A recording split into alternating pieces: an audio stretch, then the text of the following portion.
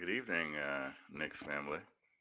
I was expecting Freezy to be here with me. Hopefully, he'll be here soon. I think we're having some minor technical difficulties. Hold on, let me pause something here. Um, Quiet night for Knicks Nation. I'm having the worst time with my chair. Salute everyone in the chat tonight. Hope everyone's had a pretty good day so far.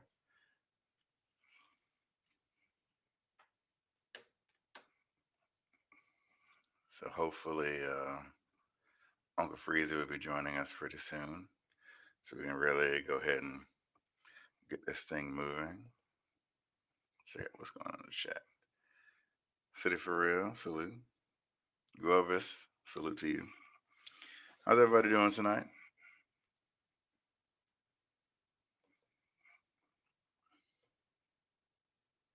So tomorrow we have the Brooklyn Nets. We currently sit at 20 and 19 in the regular season, and I'm not going to get into Brooklyn and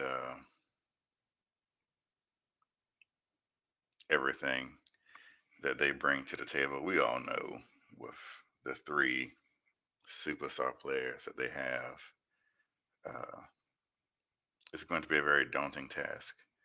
Uh, what we're going to be matched up with.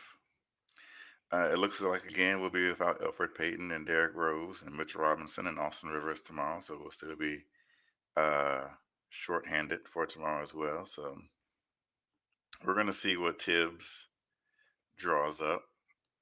Uh, Looking back at the Oklahoma City game, it was a lot closer than what it should have been for mm, 2.5 quarters of basketball. I know the game that we played against Milwaukee and even the first quarter against Oklahoma City is unacceptable standards if you're going to stand a chance of not being blown out by 30 against Brooklyn. Uh, because if they're clicking on all cylinders, we just don't have the firepower to, uh,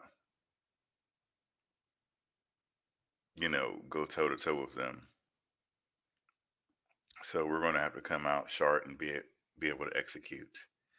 Um, be able to execute precisely the game plan, um, have any shot at them. Um,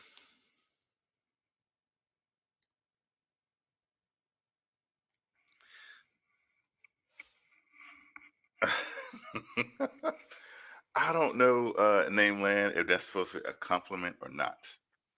Uh, Danny Landis, do you think we'll make a major trade? Depends on what you think major is, Danny. I don't really see anything big over the horizon that's going to put us in the top echelons of the Eastern Conference. So, with that being said, I don't think anything major is going to happen. Um, you also have to take into account who's probably available um, right now, and I don't really see that many players. There's reports that Houston is having a fire sale, but I mean, I don't think PJ Tucker is going to do anything for us. Eric Gordon, we have too many players already like Eric Gordon. So I don't see us making a move for that kind of player. Because as the trading deadline nears, it's going to be the teams that are going to be sellers or the teams that are already out of it. So your Sacramento's, your Houston's, Washington, maybe Orlando's. Now, here's an interesting name to I think keep an eye on is Nikola Vucevic from Orlando. If whew, if Nikola Vucevic is available or becomes available, then I think that's the kind of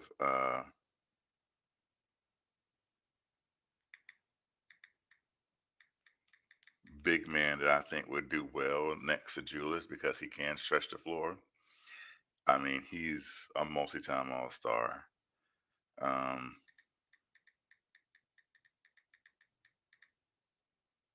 I think would be great for this team. Uh, what we'd have to give up for someone like Vucevic?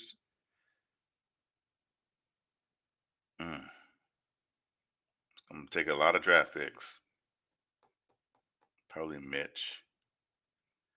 Um,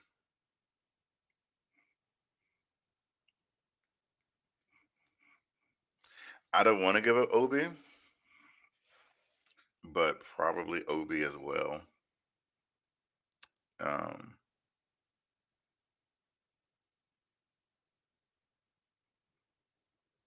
I just know we have the draft capital to do it. Player wise, I don't know if I'll have any give up really good assets. Now, if they would love to take like Reggie Bullock, then whew, they can have him by all means. I will drive him to LaGuardia myself if they want a 3-and-D wing. But with Evan Fournier and Terrence Ross there, I don't really see. I mean, he's an expiring contract, so you have to take that into consideration. Having draft picks plus expiring contracts like Reggie Bullock and Alec Burks and Austin Rivers, um, that might also be a plus as well. Um, so um, I don't know, Brooklyn Belly. There's a lot of rumors that he might be up for grabs. I mean, even with Nikola Vucevic, Orlando's been what, no higher than probably seventh in the East since he's been there. They've never made any significant progress, and this season is pretty much a wash for them. And so it's not like Orlando is um, a top-notch destination for free agents. So it's not like anyone else is going down there. So you give them draft picks and you let them start over again, um, and build that way. Um, I see that as an absolute success if you can do something like that. Um, and then moving forward, you have a big man tandem of Nikola Vucevic and Julius Randle playing off each other. There's not that many teams in the Eastern Conference that can match up with that right now. Boston certainly can't. Um, Milwaukee can, Philadelphia can, but you get Vucevic for those plays. You get Vucevic to match up against Embiid and Brook Lopez, who looked like he was having a field day against us the other night. Um,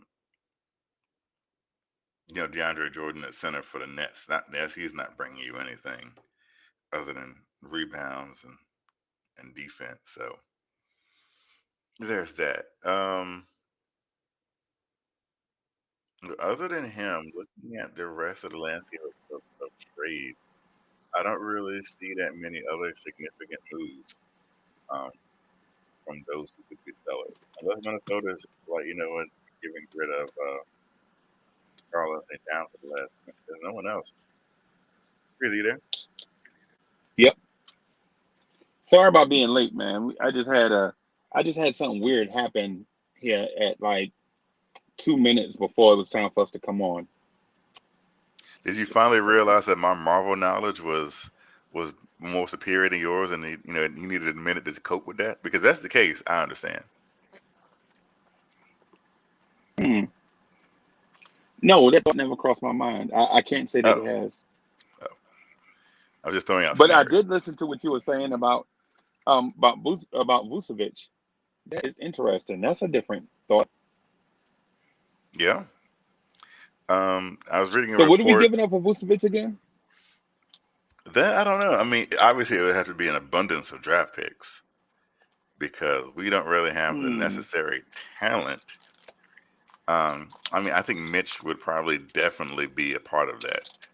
Like if I knew, like if that's like Yeah, one player that I knew would 100% be a part of a Vucevic trade, it would be Mitch. it'd be Mitch. Yep. 100%. Now, there'll be other players, not just Mitch himself, but I know for a fact Mitch Robinson would definitely be in that. Um, Yeah.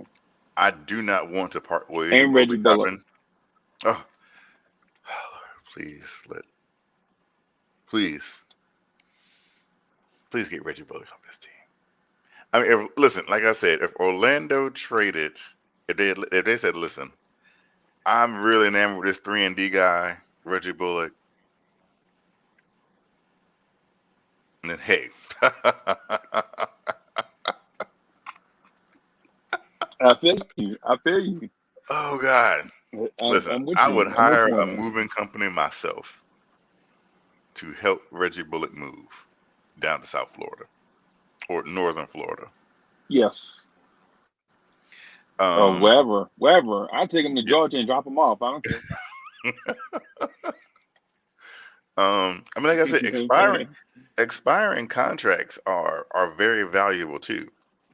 And so we have a couple with Bullock and Burks and Rivers. Um, maybe Elfrid Payton. He is And from Alfred Payton, the area, but at the same time, Louisiana. Yeah. yeah. Um, so yeah, so it's an interesting thing because, like I said, the one thing we do have is the draft capital and the expiring contracts. Do we necessarily have the player cachet? Not really. Unless, like I said, Right. unless you're including Obi. But I don't know why they would want Obi when they still have Aaron Gordon. And they're basically the same player. Basically the same player. Only one's older and been in the league longer, but they have the same skill set. Yeah. And Aaron Gordon's a better defender too. But I mean, you yeah, know, right now, but like I said, the skill set is basically the same skill set. So I don't know why they would want Obi if they still have Aaron Gordon, unless they're going to flip Aaron Gordon for more assets. Because, like I said, with Vucevic in Orlando, it's not like Orlando has done much with Vucevic. You know, right. um, yeah, they've had an all-star representative. Do Um, you know what how they got do you remember how they got Vucevic in the first place? I don't. The Dwight Howard trade. Oh, So Vucevic was in that young core of 76ers that included Iguodala, Lou Williams, Drew Holiday, Mo Harkless. It's how Mo Harkless and Vucevic got to Orlando. hmm. I didn't It know was it, it was pre trust the process. that. They had a process. You remember you remember trust the process, right? Yeah. At the end of games, in Philly will be up by 7, and the crowd will start chanting trust the process, and then they start going into full tank mode and like throwing missing shots on purpose to lose intentionally. You remember that? Yeah. Trust Yes, I the do. process, clap, clap, clap, clap, clap. Trust the process. Yeah, yeah, Yes. yeah. So Philly had Iguodala, Drew Holiday, Lou Williams, Mo Harkless, Vucevic. They had one more player. I can't. Michael Carter Williams. Was it Michael Carter Williams? In Philadelphia, Or was Michael Carter Williams at the beginning of Trust the Process? I think he was at the beginning of Trust the Michael Carter Process. Williams. Okay, okay, okay, But it okay. goes back to the list of players that you just named. It's like, if they had stayed in Orlando, I mean in Philadelphia, they'd be still a pretty decent team. But they got tired of being in the place where Orlando is. You know how you make the A seed and you lose every year, You make the AC, you lose, you can't get no headway. You in that weird purgatory. Yeah. I think they were tired of being in that weird purgatory, and so they decided to trust the process. And now instead of losing in the first round every year, they lose in the second round every year. But I mean, that's the only like big needle mover kind of move that I could probably see shaking up if Orlando decided they wanted to get rid of him. I can't see any other thing that anyone else would consider to be big happening. Not with this team, that is. Um, so Hmm. that's that. Are you interested in a Mo Bamba? No. Me either. Mo Bamba is Nerlens Noel who can catch. And I put on Twitter the other day, is it Yeah, me or and do you shoot just think threes. that Nerlens Noel probably needs glasses? I used to think R.J. Barrett needed glasses. Because it's like, I said okay, that. I said that a couple times on the live stream. my thing is this. Nerlens Noel, there'll be plays where Nerlens Noel knows the ball is coming to him, right? Right. Like he's ready for it. You can see he's ready for it. And then the pass will come and he'll still miss the pass. And it's like I could see if he was dropping passes he didn't know were coming to him. Right. Right. That's one thing. Not anticipating, not feeling or anything. Right. But when you know the ball is coming and I just don't see why he's dropping the ball. Remember, have Right. you seen Bad Boys 3 where Will Smith throws the gun at Martin Lawrence and Martin Lawrence goes for it and the gun goes like over his head over here? Yeah. That's Okay. Nerlens Noel. The motor skills are not quite. Oh man, Because don't it's have the like, motor dude, skills. what every single pass that comes his way, he's dropping. I don't understand that. Right. I don't understand why he drops every pass. Like your hands can't be that bad. They just they can't be. I can't explain other than the fact that he probably needs like glasses or contacts. A new set of eyes. He needs motor skills. He doesn't have hand-eye coordination. Listen, you are a professional athlete.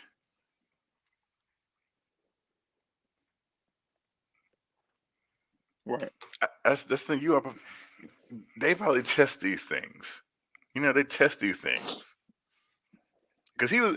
It's like he was a high draft pick. He was like a top 3 pick, wasn't he? Number 6. He would have been number 1, but he tore his ACL. I thought he was like a top. Well, he was a top pick. So that means he had to go through like the combine.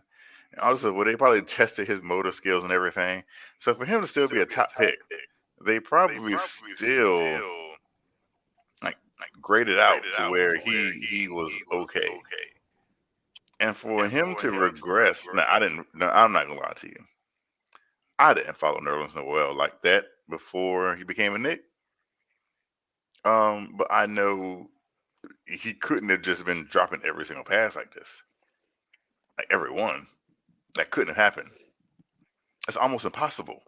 Right. He's like It seems Roger that way. Dorn. He's like Roger Dorn in Major League. At third base. Yes, that's that's who he is. You just can't Right. catch. Right. Does he need what's his Right. face, Tom Berenger to come and give him a pep talk? Yeah. Because that's what's happening. Yeah. Eric G, how are you this evening? What's up, my brother? How you been, man? Very well. Freezy, what's up, brother? Hope all is well. What's good? Nothing much. I like what you were saying about Vucevic, Kev. Yes, I should probably work for ESPN. I would take him. Listen, everybody know sleeping, but I like Lonzo too. He's playing well. The thing about Lonzo is this. I just don't see the Knicks getting another point guard right now. Like, not right now. Not when you have Elfrid Payton, Derrick Rose, Emmanuel Quigley, even Frank, if you want to call him a point guard or not. So it's like, do we really need another? I don't think the front office is like, we probably are good whenever we get our point guards back. We don't need another one. Because I don't see Elfrid Payton waiving his, even though he's from Louisiana. I just don't see him waiving his no trade clause to go to the Pelicans. I don't see that happening. So you're starting stuck with Elfrid Payton. So there's no reason for you to give up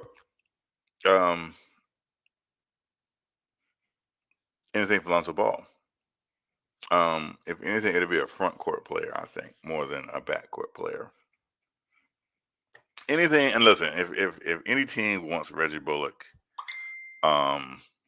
hey, I mean, I don't want to see him go, but if he does, it'll be a sad day in Knicks universe. I'm going to the game on Tuesday in Philly. I don't think the Knicks play in North Carolina anymore this season. Hold on one second.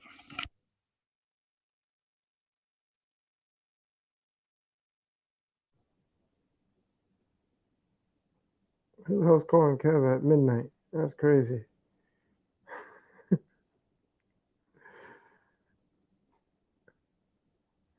I think he's working on a trade.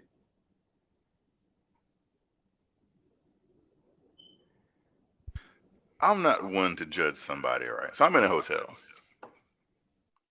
And so I'm ordering some food. And the delivery guy was like, is the front door open? And I'm like, did you try it?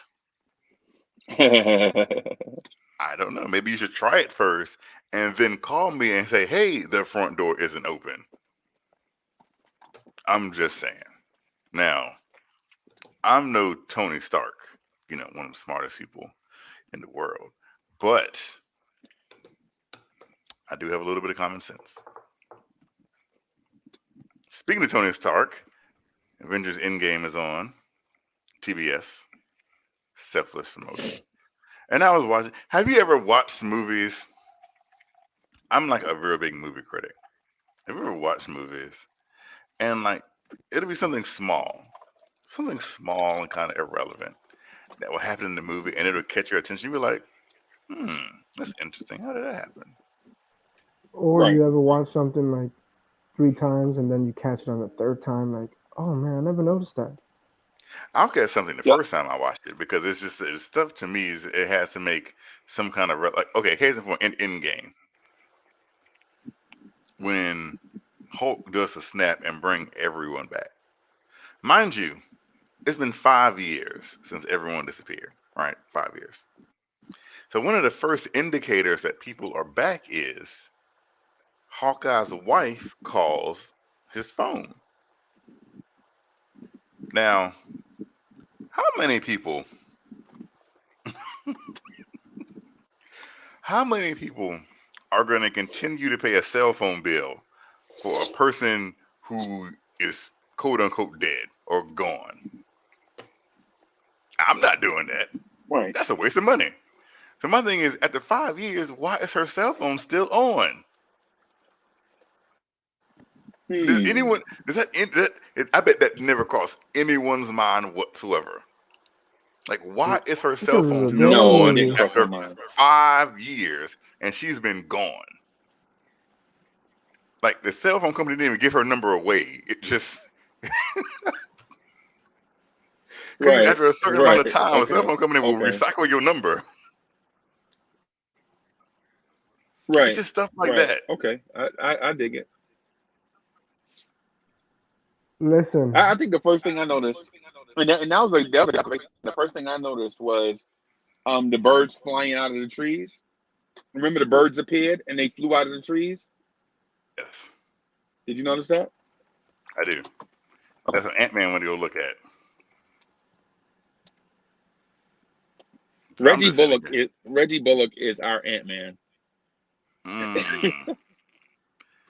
Reggie Bullock is Ant-Man, our Ant-Man. Ant-Man is useful. Okay, he did save Hulk and Rhodey and Rocket. Um, I don't see Reggie Bullock saving anybody.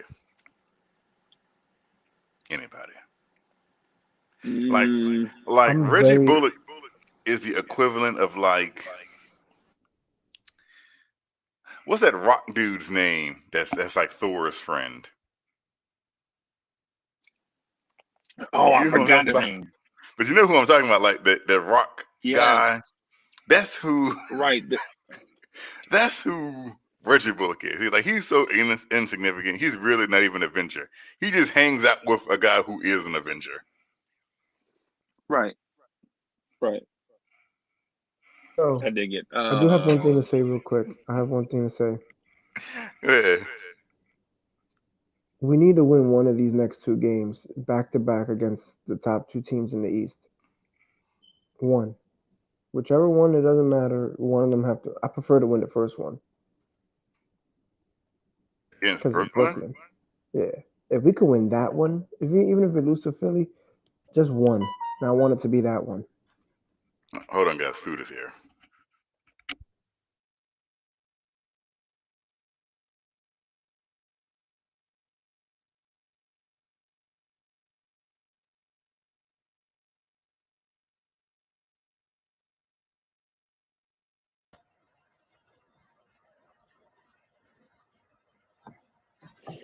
So Kev broke out and said the food is here.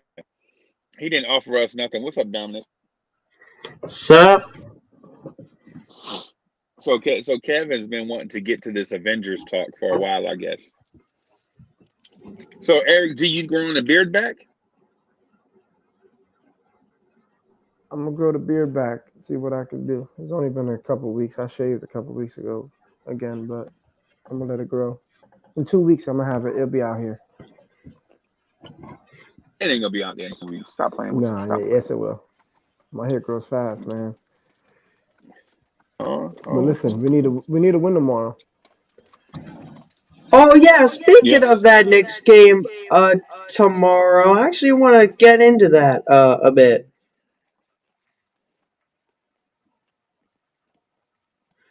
Go ahead. The floor So, is yours.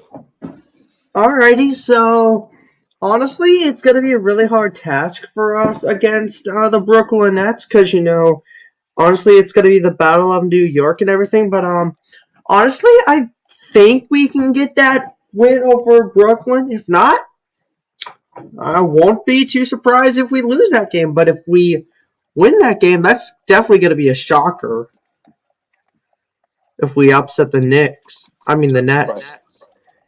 No, it'll be a shocker, but I think those are the kind of games where the Knicks play their best ball. Okay. Yo, Kev, what you got? What you got? What you ordered? Hmm. Me and Freezy want to know what you ordered. Oh, Grubhub Taco Bell. Wow. What you got? A gordito? No, I decided, I was gonna do some Taco Bell. I'll just get a little, what do you call those things? Oh, like the pack where it comes like five Yeah, the hard, box five. No freaky. thing. Because I can eat a couple now, eat a couple in the morning, call it a day. What is like the $5 I feel box? you. Yes, I like to shop economically, They and delivered something for $5. You didn't get nothing else? no, it's not five. No, I got the grande box. Oh, all right. Yeah, it's like four soft supreme tacos and like four something tacos. It's like $13. Then I You got got it? like You ready? You in the hotel? yes. Why you in the where you at? Uh, I mean, I'm just in another city in North Carolina. Oh, in another city in North Yeah, Carolina. Okay. his work schedule is crazy. I know you getting paid while you sleeping, Well, I'm not sleeping. Um, but you get paid while you there, just like per yes. diem. That's nice. Yeah. It's all about that Hot dollar bill. rocks. But listen, back to what we were saying, Kev. You think that one of these next two, they have to win one of these next two? I don't think we're going to be Brooklyn.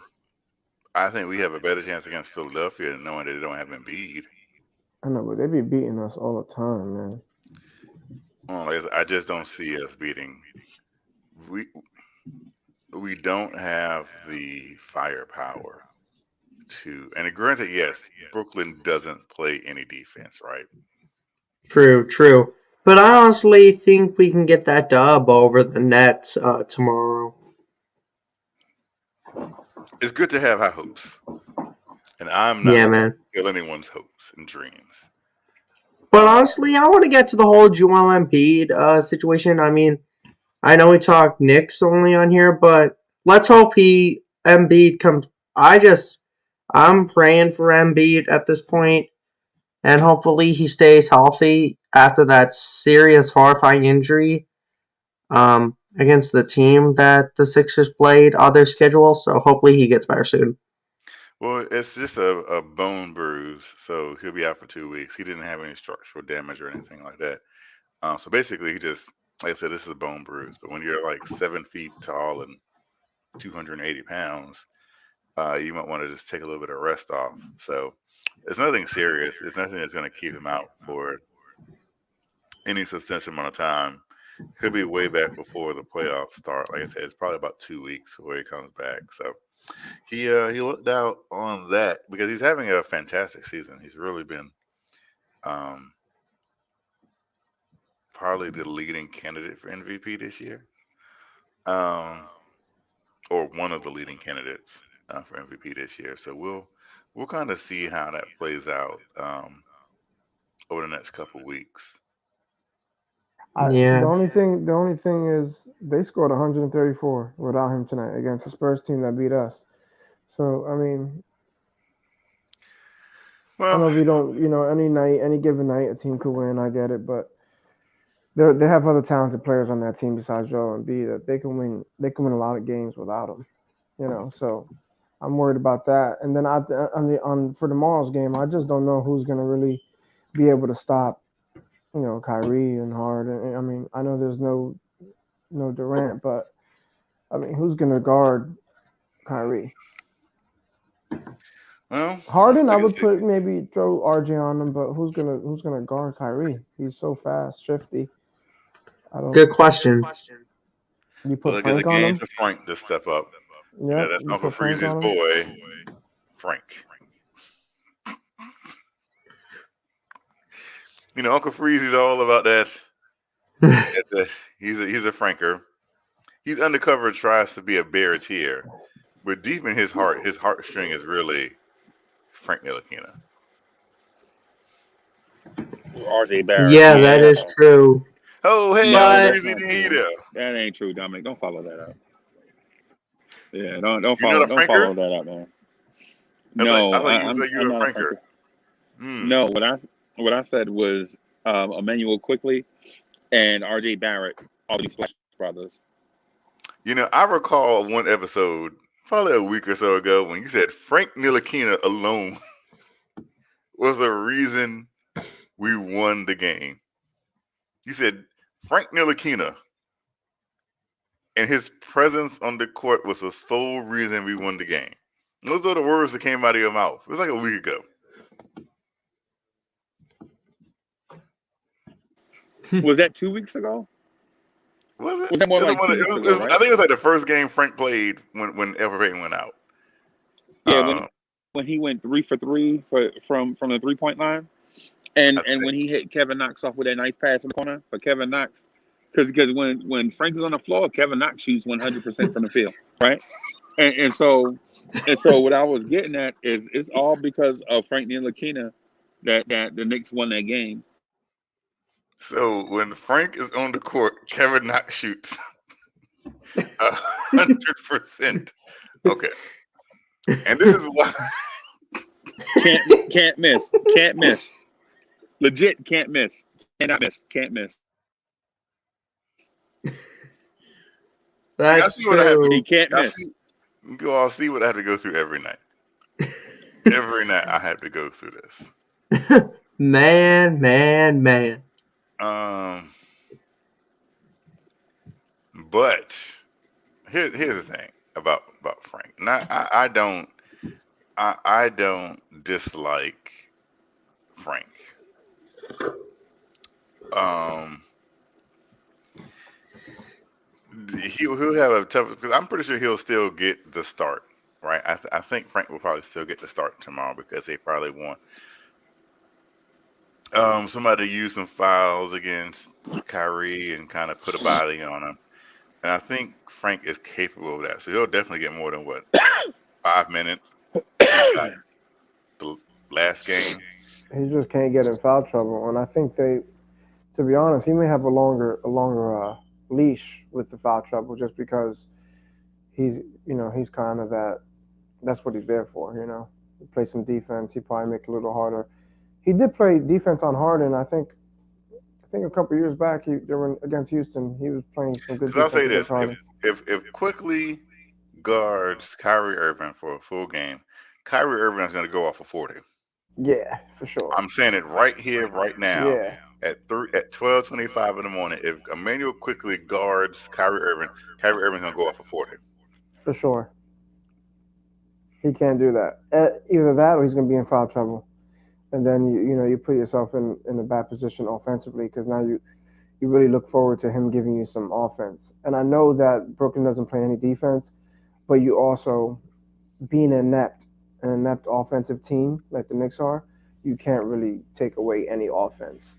And if you put IQ on Kyrie for the game, you're gonna put this team in a bad position. So it's got to be. You might have to play some man. Everybody got to be on point tomorrow. Um, Loose Yeah, balls, everything. It's like a playoff game. It's on ESPN, national television. It's in New York City. It's the battle of the ground. You gotta. This is where you gotta show up. This is what the Knicks are. This is what they want. This is what they want to be a part of. This is what they want to be talked to. They want to be in that conversation. So, this is what you show. This is your time. You ask for it. how many? You know, it's funny. How many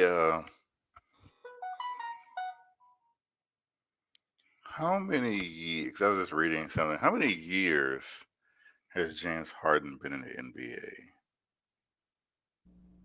Honestly, I want to say he's been in the NBA 10 years? for 10 years. I think he played You come in maybe the no, 11, no, because they 11, was it 11 11? years.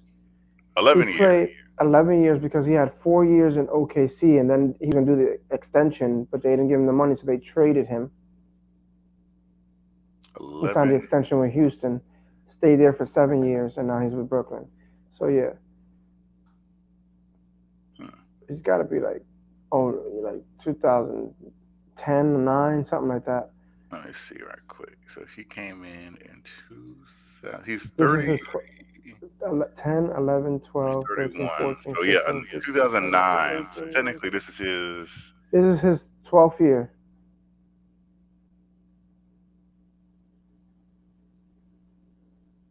12 years. Man, that's fast. That's crazy.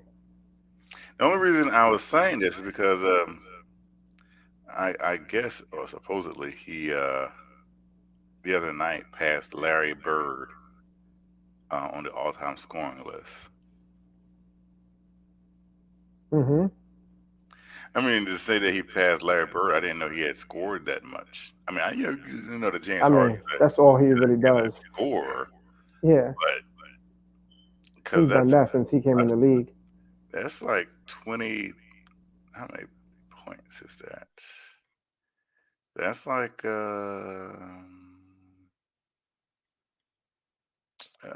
let me find out. So he has 21,792 points in Jesus 12 Almighty. years. That's an incredible pace. Hell yeah. Hell yeah. Um, I mean, an incredible. He's getting over 2,000 a year,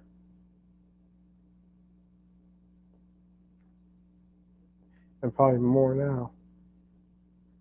I think the first few years in OKC, he wasn't getting the volume, that he is now. So for sure, he's getting more volume now. Yeah, freezing on me, man. What's up with you?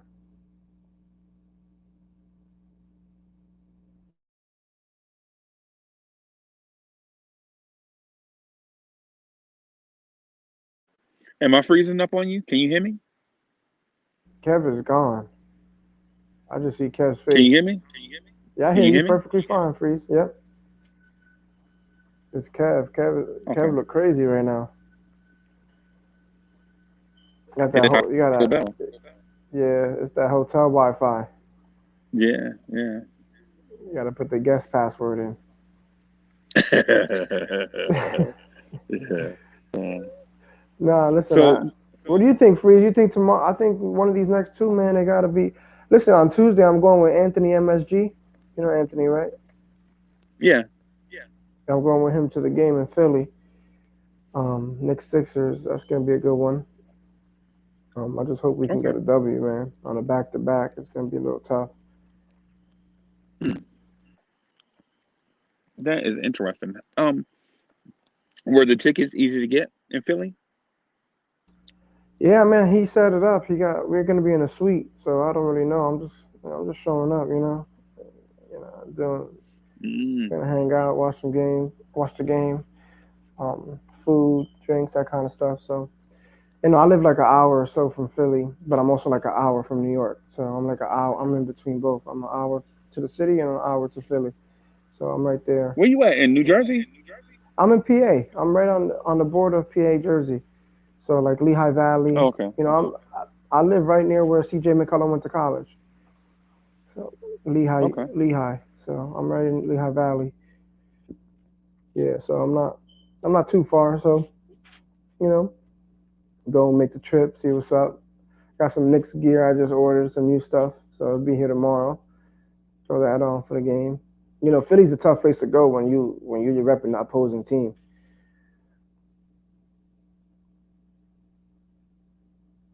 but it's all good though. Yeah, man. Yeah, man. So, what time does the game start? It starts at 8.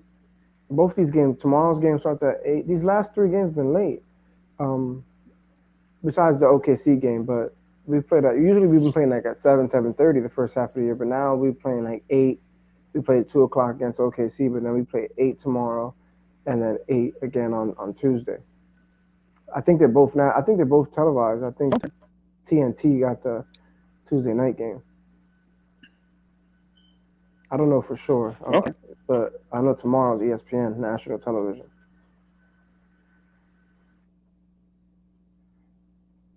Yeah, we got something Okay. like Yeah, five, that's not five, bad. five nationally televised games in the second half. They're starting to show some respect. Finally, it only took forever, right? I feel you for real. Yeah, Robert Parr. Yeah, I'm near Whitehall, bro. Like 15 minutes. Oh yeah, I go to the mall, everything. So if that's if you if you near that, let me know, bro. We can link.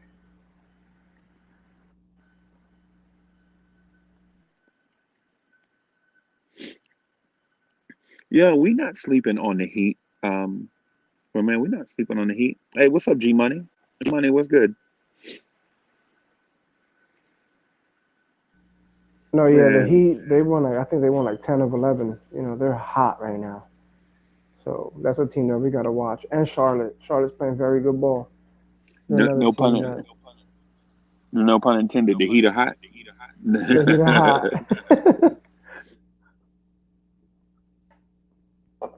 Play some good ball. But I always try to think of it this way, man. We just got to take care of what we can, We can't we worry about other teams when we got a week left in the season and, 3, 4 games left and we got to win out or something like that. Right now, we just got to keep taking care of business, keep winning the games we can win, and then try to be competitive in the games that, we're supposed to lose or, we don't have the matchups that favor us. like tomorrow. I mean, this team scores a lot of points, man. Yeah, granted they don't play very good defense, but they've also gotten better at that too. They've been playing some better defense. So, including Harden, he's say what you want, but Harden's played some good defense down the stretch here for the Nets. Harden is very underrated, I think, nowadays. Yeah, especially like the way you leave exit teams, the way you leave makes you think that your performance is not what it's really been. But that's not quite, the story. The fact is, my man is a very good NBA player. For sure, absolutely. He's a Hall of Fame player, man. He's I know a lot of the national fans, like to give him slack, but he's a great basketball player. James Harden, he has his own style. Um, but he's great, man. He's great at getting the fouls. He's great at finding teammates, um, being in the right spot, knocking down shots, contested, from all over the field for hitting the free throws, getting steals.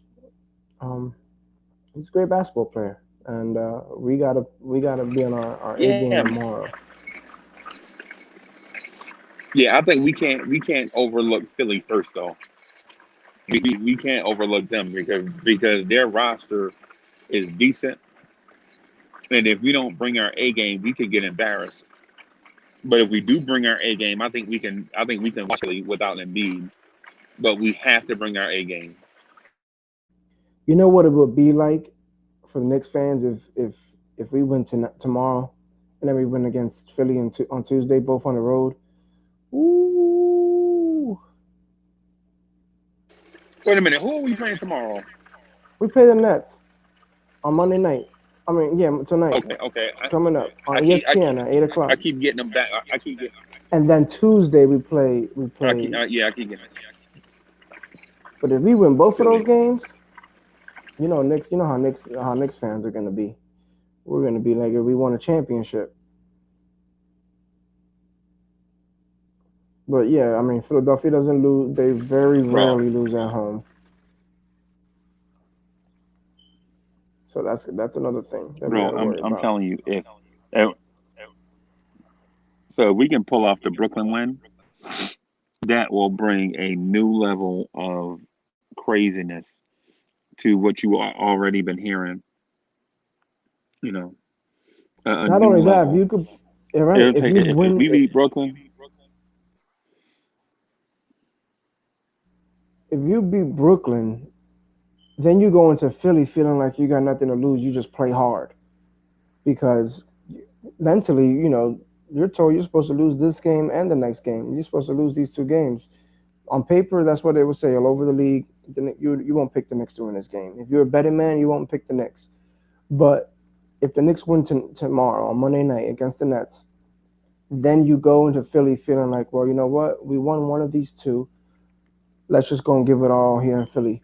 And then if you win that game, you win both of these games, then you put yourself in a good position. Now you what? 3 games over 500.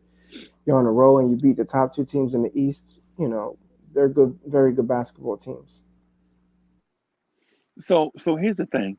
What's Brooklyn's record right now? Has Brooklyn lost double digit games yet? Yeah, I think they have like 12 losses or something like that. So they lost 12 times. So they can be beaten. Yeah, no, for sure. I mean, Detroit kept it close. I think they lost by three, like 197 or something like that. But you know, I don't trust that either. It's every night for the Well, NBA. Something different can happen. right. Something different in our favor or no? Yeah, that could happen too for us. We've already had this season. We've already been a part of that good story where things are working in our favor. We've been we've been now down D Rose for a few games. Now Alfred Payton's down again. No Austin Rivers. I know he hasn't been playing. He's been out of the rotation, but that's a body for that when guys like Rose and Alfred Payton are out that you could have there. He's a professional basketball player. He's been in big moments. He can play. So now you don't have him because he had a baby. You don't have Rose because of the COVID situation. You don't, Peyton pulled his quad again. I mean, the Knicks are 4-1 without him, but I mean, I think there's depth, and Brooklyn runs a 10-man rotation. We're gonna have to run what 8-man, and they run the floor. They run the floor. Landry Shamit's been shooting lights out lately. They got a good bench.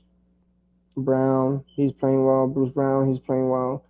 Um, they got some good young players too, man. Spot up shooters. They like to run the pick and roll, double pick and roll, and they did it the other day, man. A beautiful double pick and roll with DeAndre Jordan and Harden for the alley oop. Those are the things they run over and over again. They switch it with Kyrie and Harden. With Kyrie and Harden, they do it when Durant's on the court. They just find the same matchup and they exploit it. And we got to be ready for that. Guys got to cover. Guys got to get to the basket. Guys got to get to the ball. That's all you got to do. This team right now, you got to play the man. None of that zone, letting guys sit in the corner. It won't work out here. They will torch you. Right. Right. Right. Well, I don't know. I'm a not wishful, but I'm an optimistic Knicks fan. Right. I Well, don't ever think, hey, what's up, man? has my computer just like restarted all of a sudden? It was weird. Yeah, I feel you. I feel you. I thought it was the Taco Bell that took you away. I know you took the couple minutes while your computer was restarting to smack all that Taco Bell. I did have one. Oh, Um, okay. I did have one. I probably could have been back like 3 minutes You could ago. have had like three. I could have been back like 3 minutes ago, but yeah, I didn't. I procrastinated a little bit and had a taco. I'm sorry. What were y'all saying? I didn't mean to interrupt. No, we were talking about you know this Nets team, and if the Knicks, what it would be like if the Knicks would win tonight, or obviously yeah tonight, Monday night against the Nets, and then beat Philly at the same time on Tuesday on back to backs. What it would be like, not only for the fan base, for that locker room. I think it'd be big if they did that. I would like just a split. I honestly think they're gonna lose both. I'll be honest, but I would take a split as a win. What would the here's is interesting. What would the fan base say if they did lose both? I think the fan base right Mm-hmm. now is educated enough to say, you know what, those are two games we're probably gonna lose. You know, you go into it expecting to lose that. You want to win. You want to be competitive, but you expect. I don't go into tonight's game saying, you know what, we're gonna beat the Brooklyn Nets, and then we're gonna go on a back to back, go to Philly, and we're gonna beat Philly too. I don't think that's gonna happen. Now, if it Hmm. does happen, So that's a different story. so here's What? what I think we look at it differently.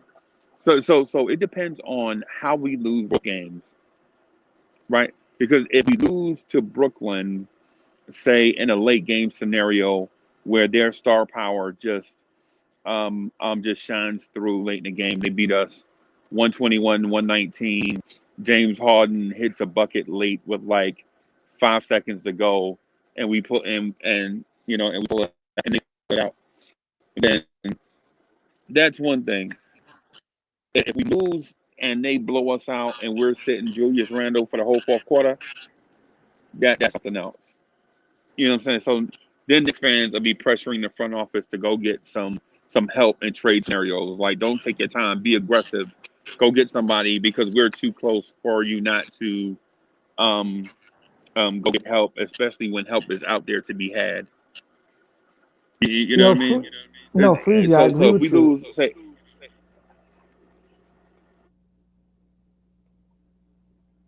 You there? The funny thing is, I think that uh, even if the Knicks were getting blown out in the fourth quarter, Julius Randle would still be on the court.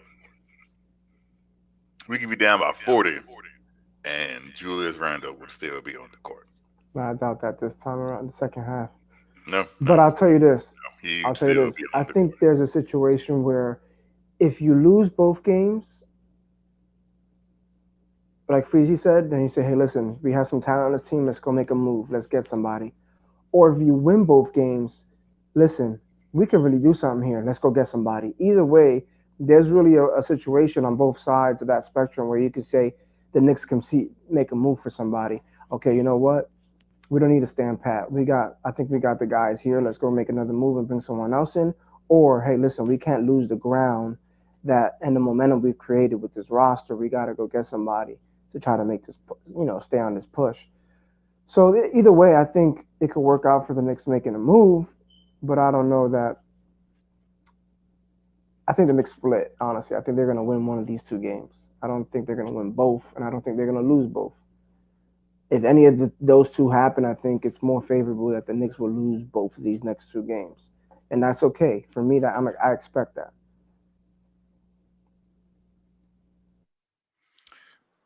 So Um, what? So what scenario? So what scenario puts you in a situation where you feel like, if it happens, then the front office will be forced to make a move? No, I said I think I think if you lose both games, I can see that happening, and I can see it happening if you win both games. Where they're like, listen, we have the guys here now. We just beat Brooklyn and we beat Philly on back to backs, not back to back games, not only back to back games, but back to back nights. You beat Philly on the road and Brooklyn on the road. You can put yourself in a position to go get somebody and say, hey, listen, we got momentum. Let's do it. Or if you lose both games, you say, hey, listen, we're almost there, but we can't lose the I'm momentum asking we've you what created. type of. I'm asking you what type of wins and what type of losses. Oh, you got to get blown out.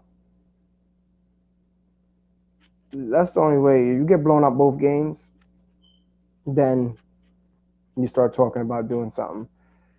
If you're in the game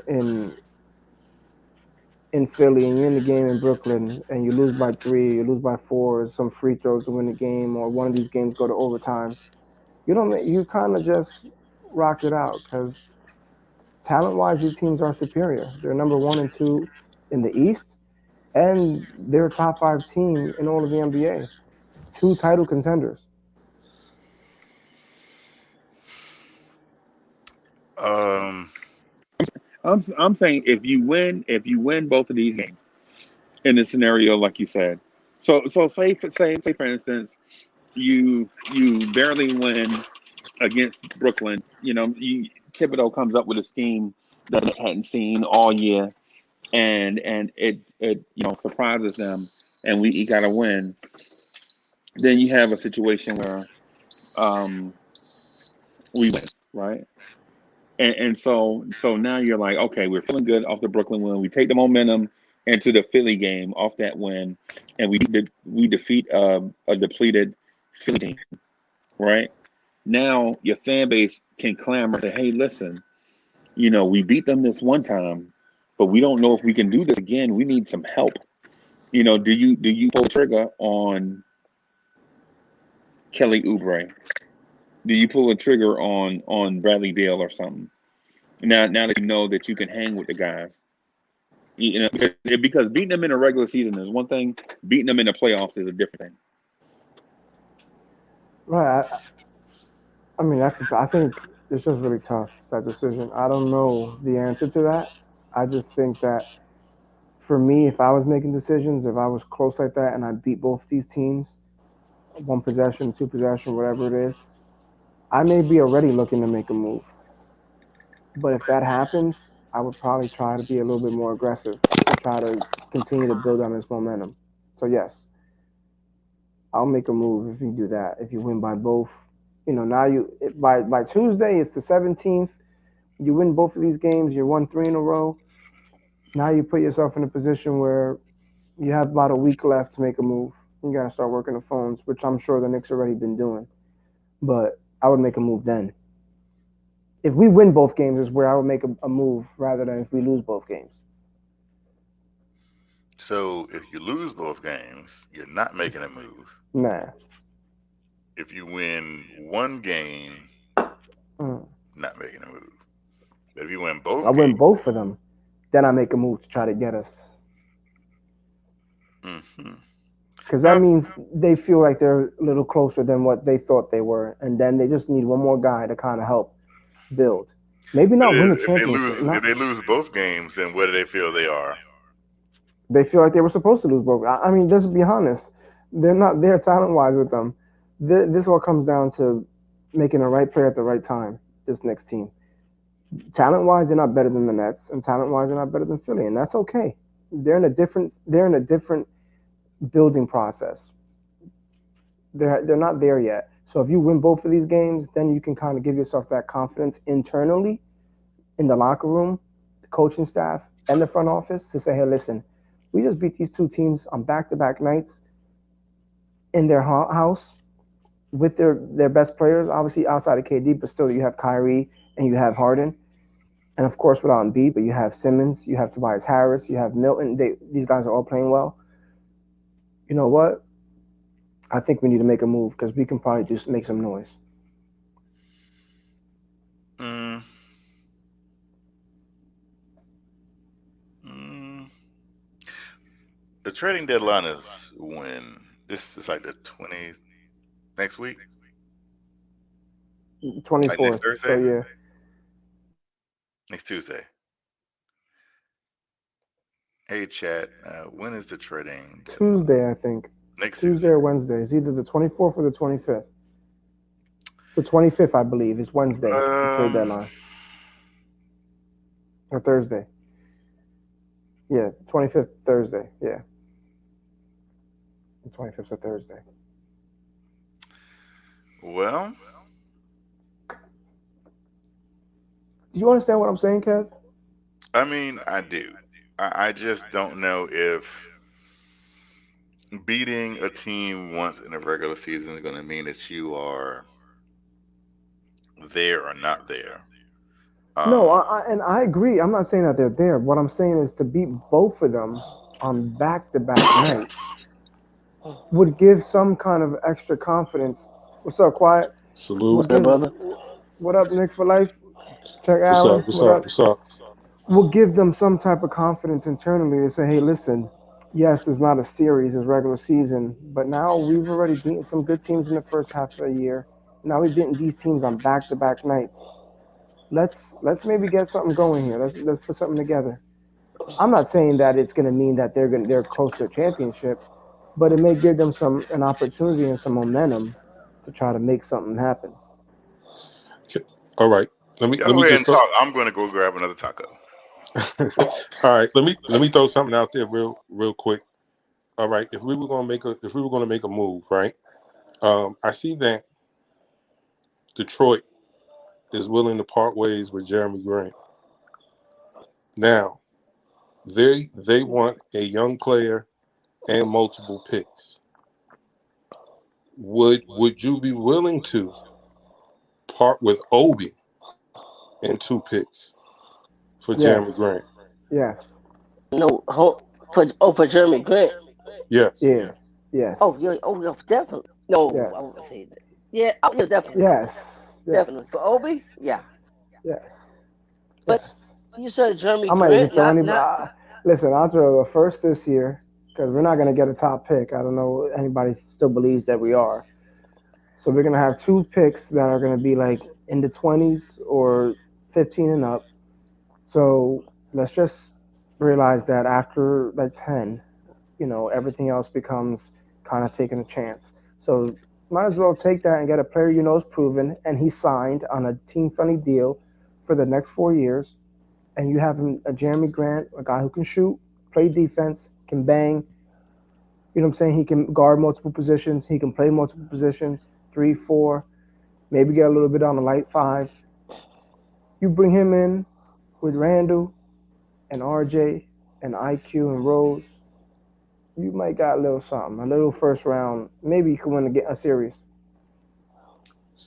I feel like a deal like that because RJ's still on a rookie deal. He's on that rookie deal for what, another 3 or 4 years? So Yeah, you're not gonna have to pay RJ right now. The only person you're paying is Randall, which is 18 million, which is nothing for what he's given us this year. You bring in a guy like Jeremy Grant. that I honestly would take probably anybody over Reggie Bullock. I'm not a fan of Reggie Bullock. I apologize to those who love him, but I'm not a fan of You his. good? You good here? Don't worry. Um, but I think if you're putting three young guys like that on the floor, RJ, Grant, Randall, with the leadership of Rose and quickly coming off the bench, like you have something solid. Is it a championship team? Not quite. But is it enough to make someone maybe not this coming summer, but next summer say, New York's got something and they have enough cap space to bring me and maybe somebody else to come off the bench to help fill out the roster. Another person that I was thinking about that probably wouldn't cost that much, that is kind of young, that could help our roster is Kyle Anderson, the 6'9" forward point guard. Uh, he played with the Spurs. Yeah, he's in Uh, Memphis now. yeah, he But might be. We might be able to He's just get too him. slow for me. No. but Yeah, he's a no for me. I like him, and he's developed the shooting, and he can shoot a little bit better now. Mm-hmm. But I just don't think he's just a little too slow for me, man. mind you, Frank, don't he? I mean, it'll work with this team because we don't really run the ball. We don't shoot. We don't move That the won't work. pace a lot.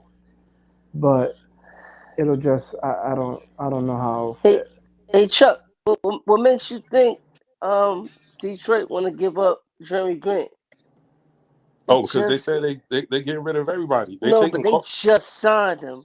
I'm talking about like they just signed him, and if they do give him up, they're gonna want a lot for him. They're not gonna want no what we willing to offer. Well, it's been reported according to Detroit's Hmm. uh, press that it's already been reported They that want to have a that fire sale. The Celtics offered I think Three picks. three first round picks. I'm not doing that. No, I wouldn't do that either. But this is what I was saying. That's Mm. to my point. See, Boston is just trying to. The thing with Boston is they're on the hot seat. Stevens Yeah, and Ames, they'll do it. and not They only may do that, it. they had the opportunity to bring him in, Right. and they didn't want to pay what Detroit paid to bring him in free That's agency. And what happened? Now they want him anyway. So I mean, they're doing stuff backwards over there. So if Boston wants to do it, I don't want to do it we because we they're not not. doing things the right way anymore. I don't think they have the young player, or they don't want to add the player that Detroit wants. Maybe they want Smart, but they're like, nah, man, we're not giving you Smart. Like, we'll give you these kids that we just drafted. But so far, Detroit has turned down the three first round picks. That's Oh, if that they lets you already know we turned not. down three, then I'm done. Then You you can know leave me out the door. we not even coming to the table. We not Yeah, leave giving me that at the up. door. It's all right. I don't really. I don't need a first round playoff series that bad. Nope. I'd rather just wait and rock out with who I got, Okay. and then a guy like Lonzo. I want Lonzo bad. He's I improving think he too. would. I think he would add a different dimension. He plays good defense. His 3-point shot has gotten much better. He runs the floor. He's gonna get guys in transition. He'll be good for a guy like Obi. Yep. He run the floor a lot. If you do that, then you can at least open up the playbook a little bit, where you can have guys in different spots trying to do different things and moving. Everybody running. That's I know that's not what Tibbs wants, but on that second unit, kind of like what he does with IQ, they can hit. I really think Lonzo will be really an upgrade No, for us. it would Obviously, definitely if be better. He'd be probably better than any other guard we have. yeah, I Any other mean, I know point they were guard talking we have. about. Kev was talking about Vucevic. I Who would no? definitely take Vucevic This from guy Orlando. love Rubio. Love Rubio. Nah, I don't want to. I don't want that. Anytime Nah, when you Vucevic from oh Orlando, the Vucevic. center. Yeah, I'll Oh take him. no, but then we take one step forward and two step back.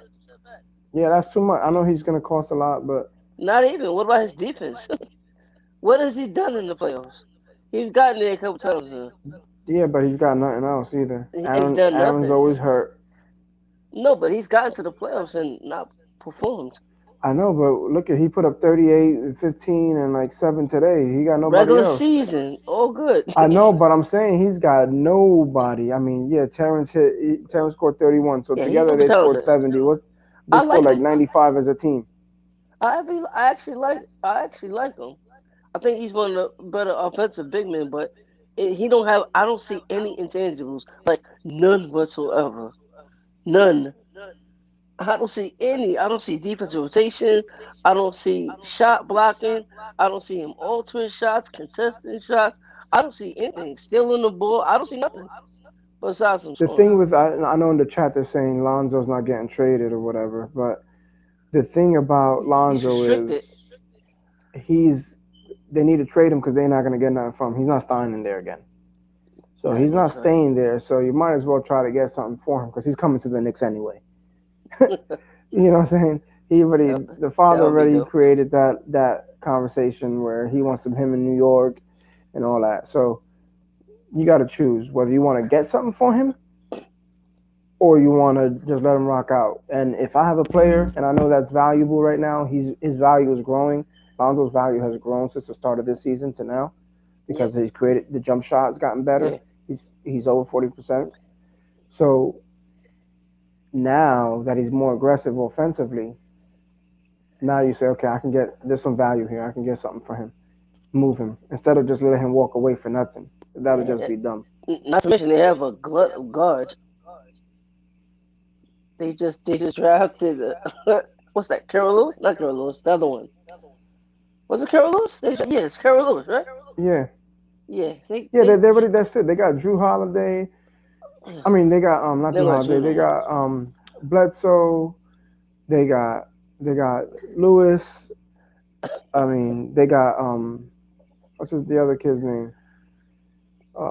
I forgot. He was lighting up summer league a couple years ago. Fred Jackson, Um, no, not Jackson's alright too, but not him. another one. They do have another guy that can shoot. Yeah, another kid. They have But a lot of I players. mean, they have a lot of guard play right now, Oh, they and got Josh Hart too, right? I'll take Josh Hart. Shit, Nice little piece. he plays He could defense, runs the he floor, could can replace shoot. your boy And Alexander Walker, yeah. yeah, Alexander But Walker. I would take Hart. I would take Hart too. He's another guy. He's really a need that he's someone that we could really use right now. Shooter. Play that 2-3 hybrid. Him and RJ Yeah. could shoot, plays defense, runs the floor, could bang. I'll take him too. If you're not gonna give me homeboy Lonzo and you're gonna let him come to us for they free, I'll they take that gotta they too. gotta come up with Alonzo. I think they're gonna trade him. I don't know if we be the ones that get him, but I think they're gonna trade him. Yeah, I mean he's coming to the Knicks anyway though. So Yeah, we don't have to get fleeced. We don't have to get fleeced. Just wait. I mean, nothing happening this year right now anyway. A little run maybe. I don't think we could make much noise. So we can wait. I don't think it's no rush. We can wait. We still rebuilding, right? yeah, no, I'm good with just staying as is. I'm just speaking, you know, hypothetically. Hypothetically, if the Knicks were to make a move, who would it be for? I don't know. A guy like Lonzo, maybe. That's really I don't really see like no deal, no superstar players, right now that the It Knicks are is what gonna it put is. together a Okay. package for. Next year, maybe if they get somebody that they like in the off season, and then in mid season they try to make another move, then that's different. If they feel like they're there, but I'm they're gonna have a clean slate of a lot of money Yeah, they are. because a lot of these deals they have are They're one gonna year probably have. deals. I think they're gonna have one of the teams with the most cap space. If I'm Yeah, correct. because they have a lot of 1 year deals with voidable voidable years after. So like Yep.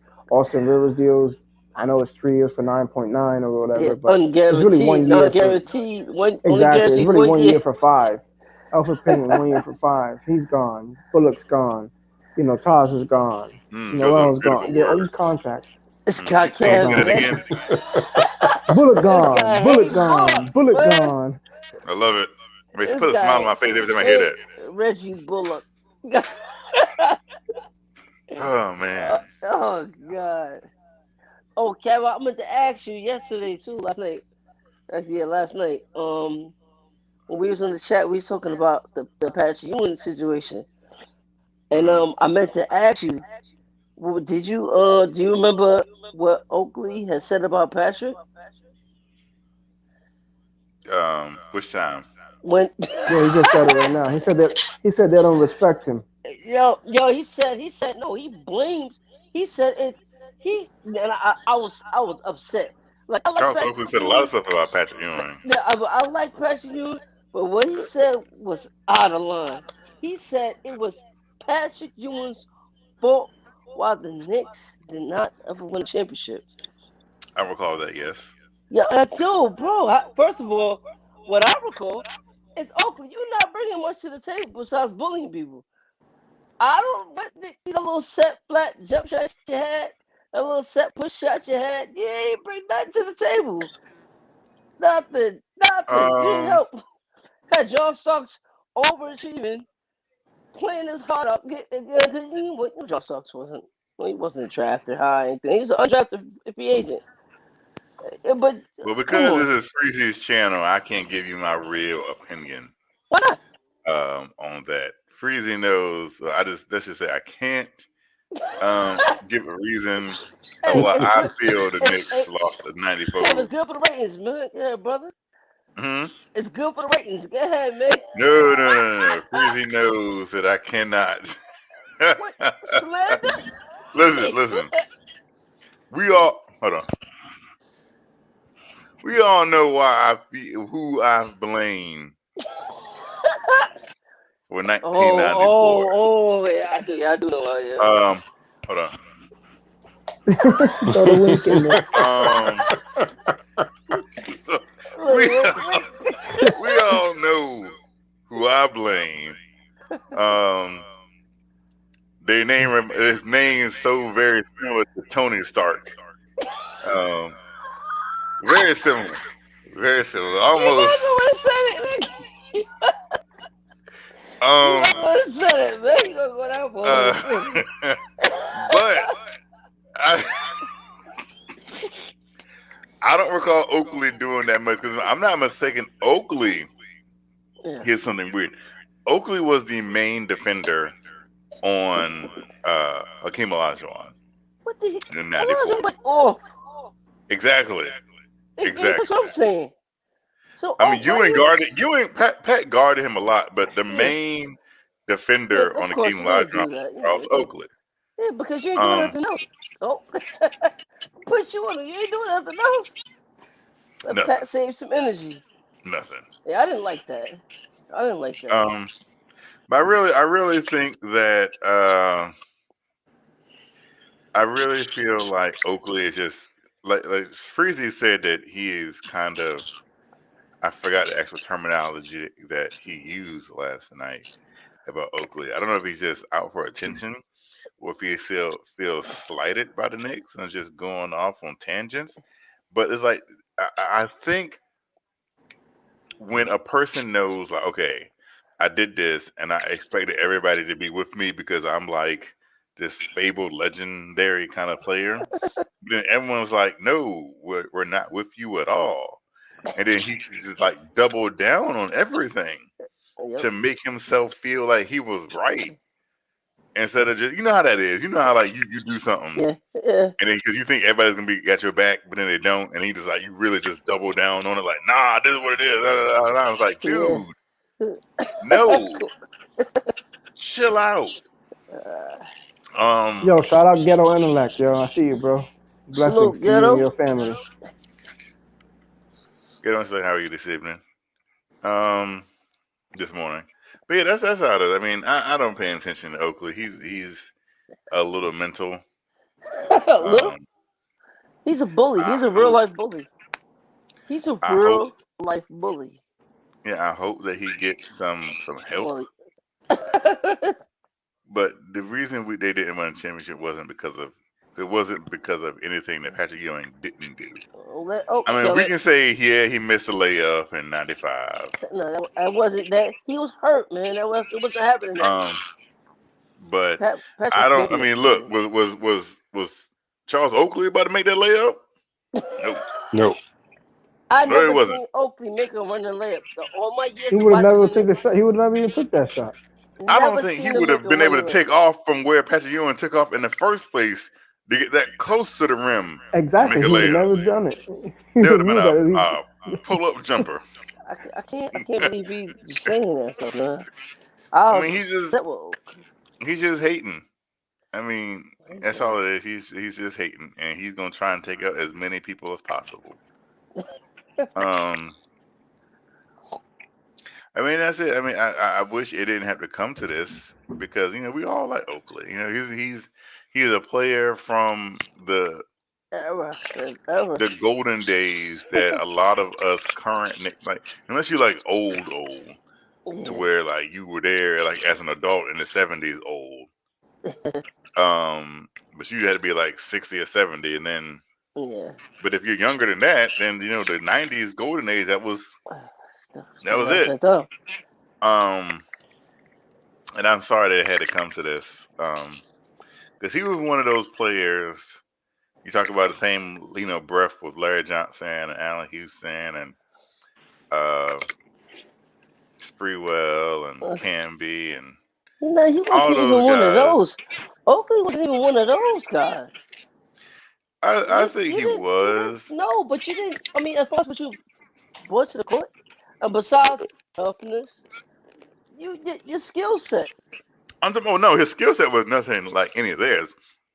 I'm just saying That's the what I'm saying. lore that he holds to Knicks fans. Definitely. Is like He's that. right there. He's right there. Yeah, fans love him. But that has Shout been out a little bit diminished since all this has kind of definitely taken tarnished place. that.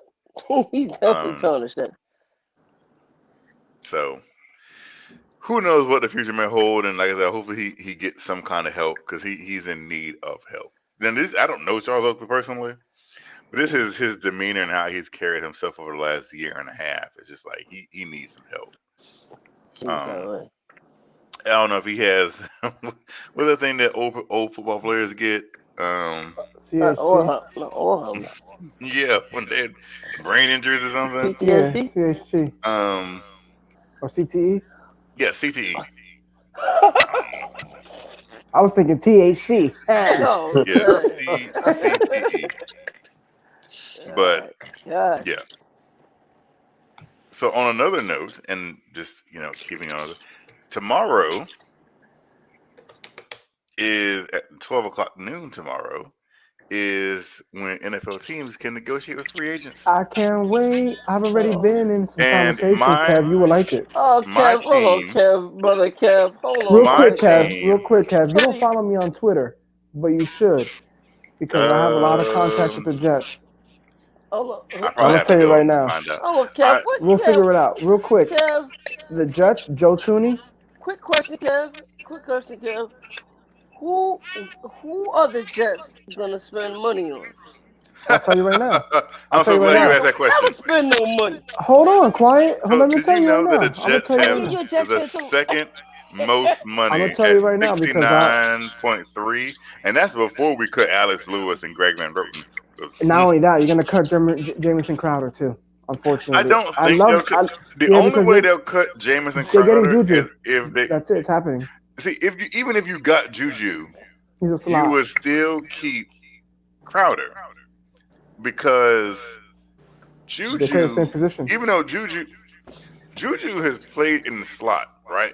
But I don't think he's a slot receiver. Absolute mismatch. Because he can play on the outside. He's not fast enough, Kev. You don't have to be fast enough to be a possession receiver. I mean, he's the best slot receiver in football. He ranks number 1 in touchdowns in slot. and number one in catches. Yeah, Because here's 97 the thing, catches last year. here's my thing, even if you release Crowder, right, and you brought in, um, and you brought in, um, um, um, Juju, Hmm. why in the world would you? That doesn't make, because you don't have a number one receiver. Listen, this is what's gonna happen. That's what I'm trying to tell you. The first call they're making is to Joe Tooney. They're trying to bring Joe in from the Patriots, offensive lineman. He's Okay, I'm glad he's I a got two he's a Jets fans in the panel. I got some questions for y'all. listen. He's a beast. He's gonna be a Jet. Then they're gonna call and get Juju, and then they're gonna cut Crowder, and their goal is to try to get Kenny Galladay. I don't think Detroit? that is a. I don't. Here's the thing. Going I to don't think that's Detroit? realistic. I don't think that's realistic because The only team that's to worry about with Kenny Galladay is the New York Giants. They're the only team who's willing to overspend for a wide receiver. like I said, there's a lot of teams out there that will be looking to get um that will be looking to get Kenny Galladay, Yeah. and I don't think the Jets are going to spend prime money on two wide receivers, right? Um, Never yeah, more. because you need so much. More. Exactly. You need cornerbacks and defensive ends and another probably two offensive linemen and probably another safety and You got the draft, man. linebackers. You got the draft. You got the draft. Yeah, You got there's a the lot of draft. draft But here's capital the they thing, have. you can realistically, right? Here's the thing. So I've done it, and there's 30, approximately 30 players currently on on the Jets roster. There's 30 players who will be on the active roster next year that are currently on the team. So that means you need 23 more players. Oh, In the draft, we have I think In the top three, nine. in the top No, 100, nine we picks in the have top 100. 5. We have 5 picks. We have 5 picks in the top 100 and nine all total. So we have 9 picks. So you still need, what's that, 14 players? So you need 14 players you get to bring in. So you're not going to, of those 9 players, you have 2 firsts, a second, and maybe a third. So, but really, that's 3 legit starters that you need to hit on. 3. Now, I believe in Sam Darnold. I'm not trading Sam Darnold because I think that's a waste. I What believe in him too, but they're trading him. I would do is keep Sam and get a shitload. It's after 1:00. A shitload of picks for that number 2 pick because they were talking about this on NFL Live the other day. The Cleveland Browns traded number 2 pick for like 5 picks all in total. And 2 first 5 picks. rounders. And so you can get a lot, like Carolina or Atlanta or Detroit would give up so much for that pick. It would just be crazy not to do. And me myself, yeah, people are like, oh, Sam Darnold, he's da da da da, he's this, and he would look so good in another environment. And I'm the kind of person like, well, no, I think Sam Darnold would look good in this environment if you put a better environment around him. You throwing to somebody named Jeff Smith. I ain't never heard of Jeff Smith in my life. Who is? I don't know who I hated more, Reggie Bullock or Jeff Smith. Because I'm like, every time I see Jeff Smith, he's dropping the ball. He don't go after the ball or nothing. Listen, Chris Herndon, every time he do catch the ball, which is very rare, he fumbling it. listen, I'll tell you, really, I think they're gonna. I would love to keep Sam because then you can use those draft picks and get stars. The second and the 23rd. I think they're gonna move Sam, and I really do think that it's either gonna be Zach Wilson from BYU at number 2, or they're gonna trade the number 2 pick and some more picks and get Deshaun Watson. I don't think they'll get Deshaun Watson. And the reason why I don't think they'll get Deshaun Watson is because, as much as I like Deshaun Watson, it's going to take too much to get Deshaun Watson. And so you're putting Deshaun Watson in the same position that you're putting Sam Darnold in. And then what is that going to prove? Nothing, because this team won 2 games last year. 2 out of 16. So Yeah, I don't think it's necessarily you putting him in the same position because you still have a lot of money and you don't give up all your draft capital for the next 2 years. You don't give him all the draft capital. what you going to give to get Deshaun Watson? If they want to take because Texans have no draft picks and they really have no leverage because they need a quarterback in return or a draft pick to get a quarterback. So they would have to take right now. It's only the Jets. The Dolphins. The Dolphins already. They just said it. Brian Flores just came out and said Tua's not going on. He's our guy. Who is Brian Flores? He don't make decisions. Come on, you're gonna have your head coach go on. Brian Come on. Flores don't make no decisions with nobody. Listen, He is the head coach. If Robert Saleh had a press conference today and said Sam Darnold's our guy, we're not moving him. Somebody told him upstairs that we're not moving him. So I know Robert that. Saleh I know said what you mean. everything positive he could about Sam Darnold, But you just came out and said he's gonna still trade him. But in the same conversation, Joe Douglas said, "Yeah, I'm gonna answer the phone call for anybody who calls me about Sam." So, listen, Sam Darnold's good as gone. Unfortunately, I love Sam. I don't think Sam's going anywhere. I honestly I don't. do. He's gone. Because, like I said, it's just here's the thing about it. When people always say you got to pick up his 5th-year option next year, right? Which It's only 18 isn't million. true. You don't have to pick up Sam Darnold's 5th-year option. You can keep Sam Darnold, decline his 5th-year option, have him play, and he would still. You can sign him back to an extension for $15 to $20 million, right?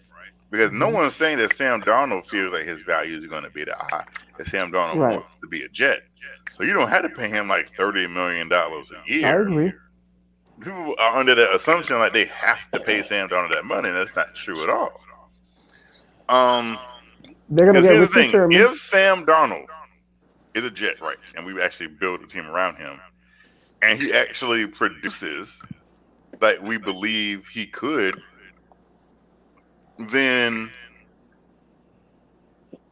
he probably deserves to be paid. Because this is the one thing I don't like. This is the one thing I don't like about this. I'm not a proponent of resetting the clock every 3-4 years. I don't believe that is a successful way to operate a franchise long term. Because who's to say Zach Wilson, with his surgically repaired shoulder already, playing in BYU, I don't want him. is, and it's like, oh, he's the next Patrick Mahomes. I don't want him at all. If he's the next Patrick Mahomes, then what the hell is Trevor Lawrence? Because if he's the next Trevor Lawrence, if he's the next Patrick Mahomes, why is Trevor Lawrence better than he is? But you also got to realize that those college conference stuff doesn't really because listen, Patrick Mahomes got benched at Texas Tech. You know, but my question is this: they keep saying that he's the next Patrick Mahomes, and Patrick Mahomes is the generational quarterback right now, the best quarterback in NFL. And so if he's being compared to the absolute best quarterback in the NFL, why is he available at 2? I agree. I totally And understand. that's the main reason why I'm not sold on Zach Wilson. I'm not Because sold if he on was him. as good as everyone says he is, He'd be number Kev, one. I don't want him. he would go number 1. I don't want him at all, brother. And For me, I like Ohio State, and I know Justin Fields. I know Justin Fields is not the answer. I know he's not the answer. I know he's not the answer, but I would take him over Zach Wilson. But for me, is 2 options. Even though the Jets, they're in the best position they've been in years because they have the money, they have the draft capital, and they have the head coach that everybody in the NFL raves about. All the players in the league talk about him. They love him. They say good things about him, and then everybody in the league respects and loves Joe Douglas. And his first draft, I loved it. I love what he brought to. Bryce Hall, cornerback, young kid, played well when he got healthy. Mekhi Becton, stud left tackle. Ashton Davis, a quick honey badger kind of safety, young. He's just learning. Just learning. He switched to safety positions. He didn't play. He played what the Nate played. So I thought he now was he's bad. no. I thought with Greg Williams, everybody looked bad. Mm. So there's a lot of options the Jets have now. They can do things differently in four different ways. They can go four different ways at quarterback. They can keep Sam, which is risky, but it's a chance if you can build around him and use the number 2 pick and the 23 pick to get maybe a Travis Etienne and a wide receiver, or you can get an edge and a corner. You can get J.C. Horn at 23 as a corner. But I know the Jets are going to try to get Richard Sherman, Joe Tooney, Juju Smith-Schuster, and they're also going to try to get Yannick Ndalke or Carl Lawson. So you do know that you're not going to get all those players, right? No, but they're going to try. I said one. They're going to get 3 of the 4. 3 of the 4. Yeah, because the market dropped 20 million, the cap space. A lot of teams don't have the opportunity to give their talent on the free agent market is absolutely wonderful, but the cap space in comparison to the cap space that teams have, these players are not going to get the contracts that they expected to get because of the drop in cap space in the league. In the league, cap space is at 182.5. So a lot of teams are not going to be able to give these guys the contracts that they expected to get when they were going to hit the open market.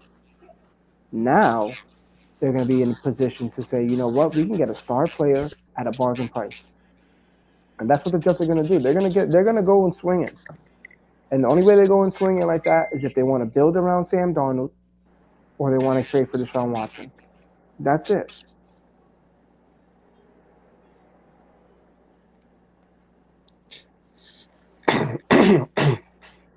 If you trade for Deshaun Watson, then you would need free agency to fill out the roster. Right. But what I also think is you don't give them all the first round picks you have over the next 2 years. Give them 3. Sure. So there's about 6 teams that have over $40 million right now currently. Mm-hmm. Bengals, The Colts, Patriots. Chargers, Jets, Patriots, and Jaguars. Mm-hmm. If the Jaguars get Trevor Lawrence, and now they have Urban Meyer, they're going to be a kind of interesting destination, right? Um. So and they need a receiver. So why wouldn't Kennedy Galladay go there? Or why wouldn't he go to the Patriots? Or why wouldn't he go to the Colts? Or why wouldn't he go to the Bengals? Just the Patriots don't go and get those kind of the wide receivers. They just I don't think look. we've They went and noticed got last year the Patriots need all the talent offensively, while offensive wise right. that they can. Well, it would make sense for me if I was a free agent. You have a stud rookie quarterback coming in, playing for a franchise that has cap space in a state that doesn't have income tax states where I have to take a pay cut because the salary cap come down. If I got my talents, I'm taking them to Jacksonville. Yeah, but a lot of guys, honestly, NFL is a predominantly black sport, and a lot of guys don't like what Urban Meyer did with the strength coach that was, deemed to be a racist, and that he resigned after only having a job for 12 hours. They don't like Khan, the owner. A lot of guys don't like the way Jacksonville runs their stuff out behind the scenes. So Okay. that's just how it is. Everybody loves Robert Sala all over the league. Guys who play for him in Seattle, in Jacksonville, and in San Francisco Hmm. love him. They all want to play for him. Richard Sherman's probably going to be a Jet because of it. You talk about guys like that are culture changers. I see the Knicks and the Jets, and it's very similar. A team that was terrible last year, like the Jets were terrible last year, they got the coach that helps. They got the front office fixed. The Jets got Joe Douglas. Hmm. Everywhere he's gone, he's won a Super Bowl. He was the VP of player personnel in Baltimore for 15 years. He's got 2 rings. Then he left there, went to Philly for 3 years, drafted players there with Howie Roseman. What happened? He got a Super Bowl. When he left, what happened in Philadelphia? Falling apart. He comes to New York. Their cap space situation was a mess. Their draft capital situation was a mess. Their talent was a mess. What they do? He inherited an Adam Gase situation. 1 year with him, let him go. We got the draft capital, 2 first round picks over the next 2 years. That means we have four. We have 5 second round picks over the next 2 years, like another 5 third round picks. We're second in the amount of money we have in cap space. Hmm.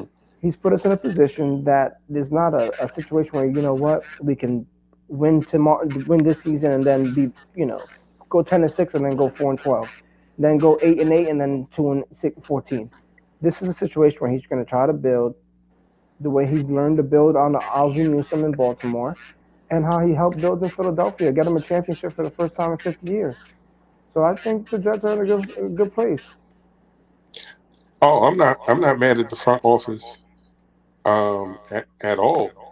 We had some doozies from Tannenbaum to, For I mean, sure. whoever you want to name. No, for sure. Listen, I love the Knicks. I love the Knicks. Hmm. But the Jets, man, I know everything, literally history forever. The Knicks, I love the Knicks. I talk about the Knicks all day. But when it comes to the New York Football Jets, I'm telling you right now, the Jets are gonna make some noise tomorrow. They're gonna get the best offensive lineman in football that's available in Joe Tooney. They're gonna sign Juju Smith-Schuster. They're gonna try to bring in Richard Sherman. The first two are for sure. Thuney and Juju are for sure coming. But they're going to try to bring in Sherman. Okay. He wants to play 2 more years. He can help develop these young cornerbacks and Bless Austin and Bryce Hall while starting and kind of helping them out. And then he's gonna let him take over the show. And Robert Sala needs that kind of guy that comes from that defense, get guys in the secondary in their position. And we got a great safety in Marcus May, where the Jets are going to try to get a long-term deal done. I Which know they right now should. it's a franchise tag, but there's a lot of Mekhi Becton's a stud on the line. You're gonna free up another 15 to 17 million dollars and get rid of Alex Lewis and Connor McGovern. You might go and get Ryan Tinsley, the center from the Packers as well. So there's a lot of options for the Jets to do things. If you don't get Juju, cool. You try to go get Kenny Galladay, and then you cut Jameson Crowder 10.5 million, then it's a wash. You know what I'm saying? You put yourself in, you're gonna have over 80 plus million dollars, and you have to spend some of it because you've already taken 27 million from last season and prorated it to this season. You have to spend money this year. The NFL makes you spend money if you carry it over. So you got to do it. And I think if the two best situations, the Jets keep Sam Darnold and use the draft capital. You maybe get a running back and Travis Etienne. But there's a young kid on the Jets roster, Ty Johnson. Man, I like him. I don't know if Well, Hoodie. I don't know if Kev watches, all the Jets games. I did But watch all the Jets games. you like Ty Johnson? I thought Ty Johnson played well, man. I think he. I like Ty Johnson. I don't think he is a starter per se, but I do like him. I think he can probably have 15 carries a game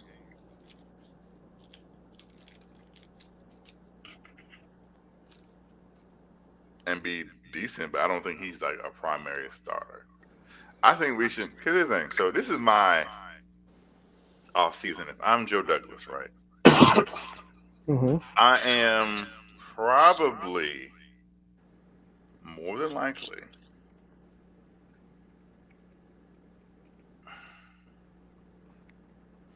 see this is weird because I'm keeping Sam. I'm definitely doing that, and I would probably sign Tooney, and I'd probably attempt to sign Yannick Ngakoue. Um, but those would probably be my only two big moves. right? Because I'd probably go out and sign second tier. Good say like I definitely the player who I feel like is destined to be a Jet is Keanu Neal. You know the safety from the Falcons. Yep.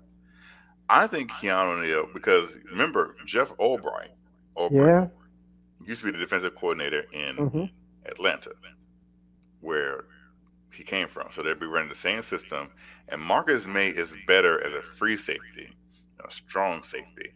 So you bring in a free safety, a Jamal Adams type of safety, to put Marcus May back at his natural position because Keanu Neal's not going to be that expensive at all. $5, $6, $7 million maybe, around that range.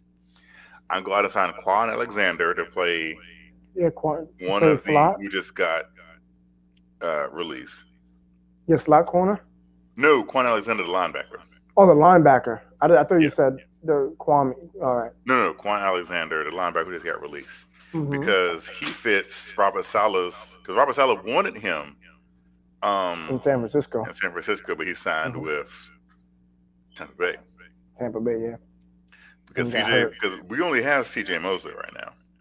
Yeah, we need someone else. I mean, We don't have any other Harvey linebacker. Lange, I like Harvey. Well, he's not coming back. Yeah, I know they let him test free agency. So we only have literally CJ Mosley and Blake Cashman. But I don't trust Blake Cashman because Blake Cashman He's always hurt. never exactly. Always hurt. He plays well, but he's always hurt. So you get him. I like Terrell Basham. I don't know if he fits a traditional outside. We have our D line. We just need an edge because our D line, the interior D line. Yeah, like we just need if we just got Yannick, I'm fine with the other three starters being Quinnen, Lorenzo, Michael Myers, and John Franklin Myers. That's fine. Mm-hmm. We got CJ, you have Quan Alexander. I'm gonna surprise you with this one. So I'm trading number 2 pick to Carolina. Okay. So and then that's at 8. Okay. Yeah, 8. I'm also trading a 4th round pick and Chris Herndon to Philadelphia for Zach Ertz. I'll take Zach. Yo, I love it. I love it. Because Chris Herndon is not going to cut it because Zach Ertz is a. I love it. The offense that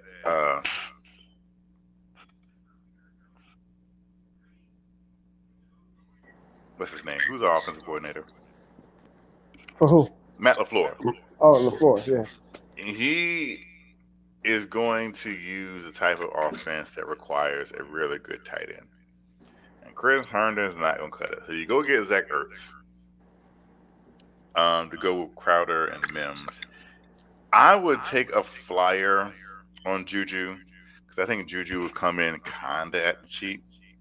No, he's going to play well. I mean, people. But he's not going to be as much as Kenny Galladay. He had 9 touchdowns and 97 catches.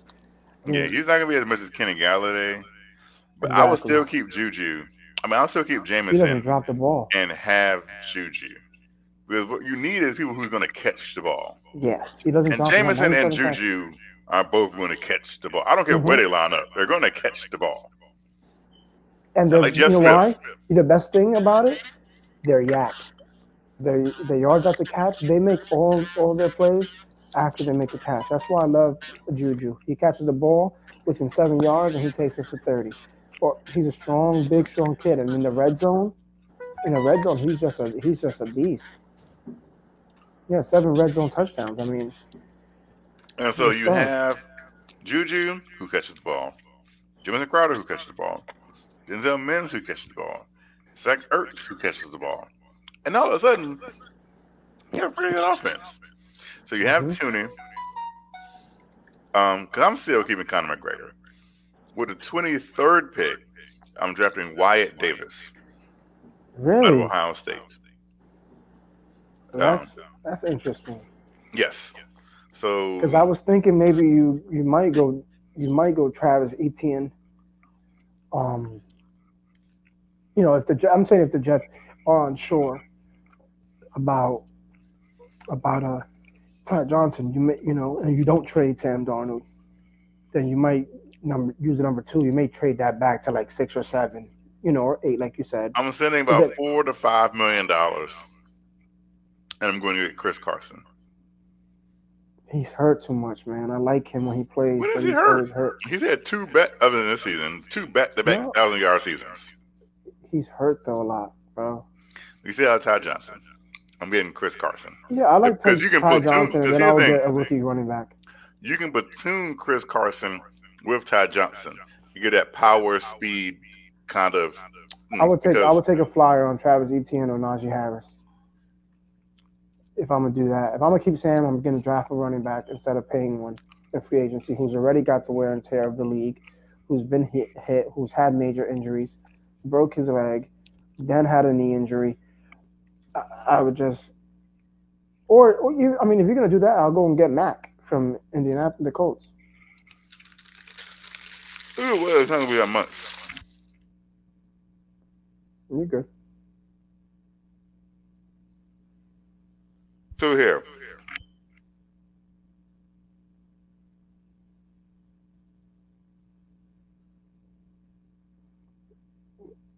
Lonzo Ball dad played for the Knicks for the Jets. Yeah, LeVar Ball was a tight end for the New York Jets on the Pete Carroll, back in the day. So, um, and Ertz is not a free agent. Um, he has 1 year left on his deal. I think it's like 8.5 mil. So, yeah, I mean, there's a lot. There's a lot that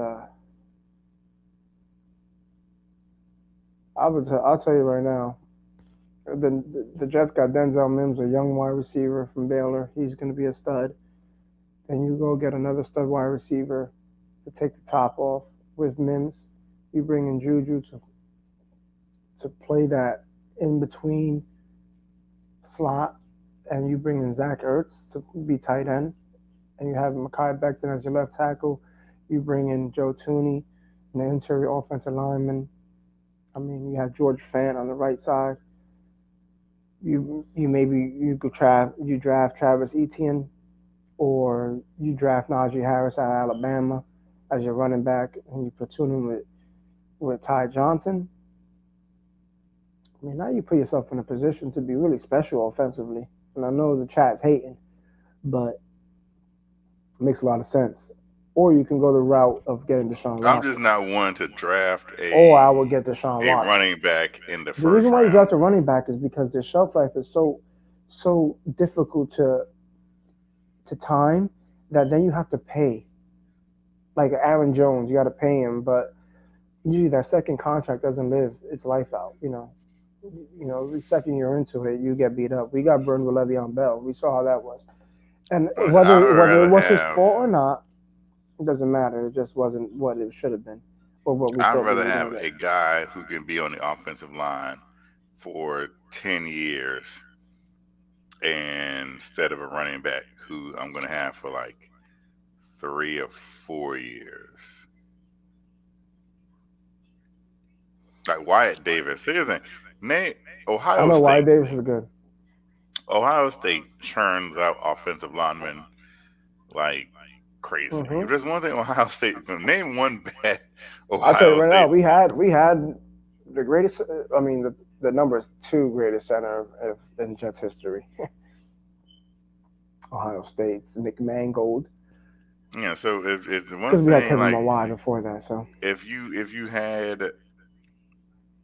you had an offensive lineman to go, I mean, because you can have blah blah blah McBecton, Tooney, McGovern, Davis, and Fant. hmm Cause I mean, George Fant is kind of he's hit or miss. He is.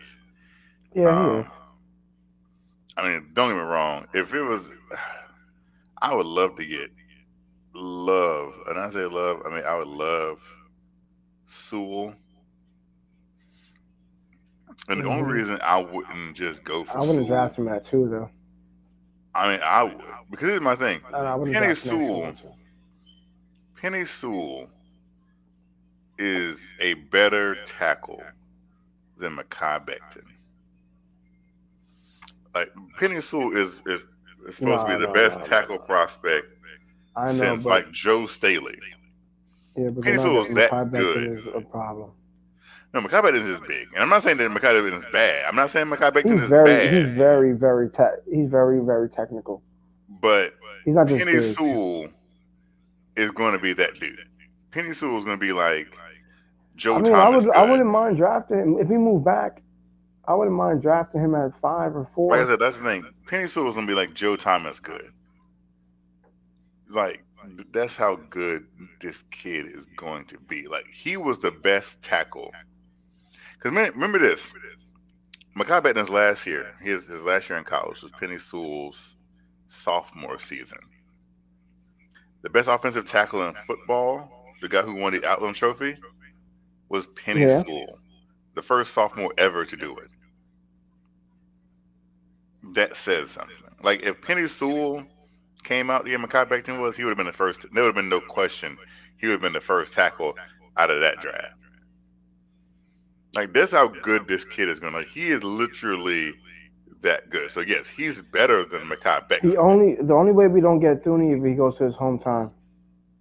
But he goes to a hometown Cincinnati team, which could be possible. Cincinnati needs to do everything they can to protect Joe Burrow when he comes back next year. And offensive line is probably a big thing that they're going to look to upgrade also.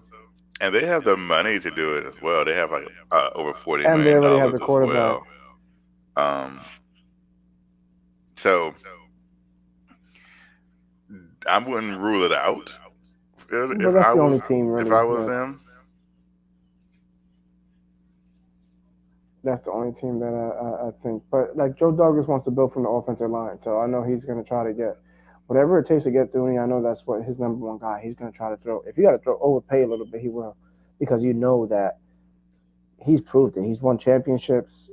He's been the all pro, the best interior offensive lineman for a long time on that Patriots team. So I mean, he knows what's there. He played them twice a year.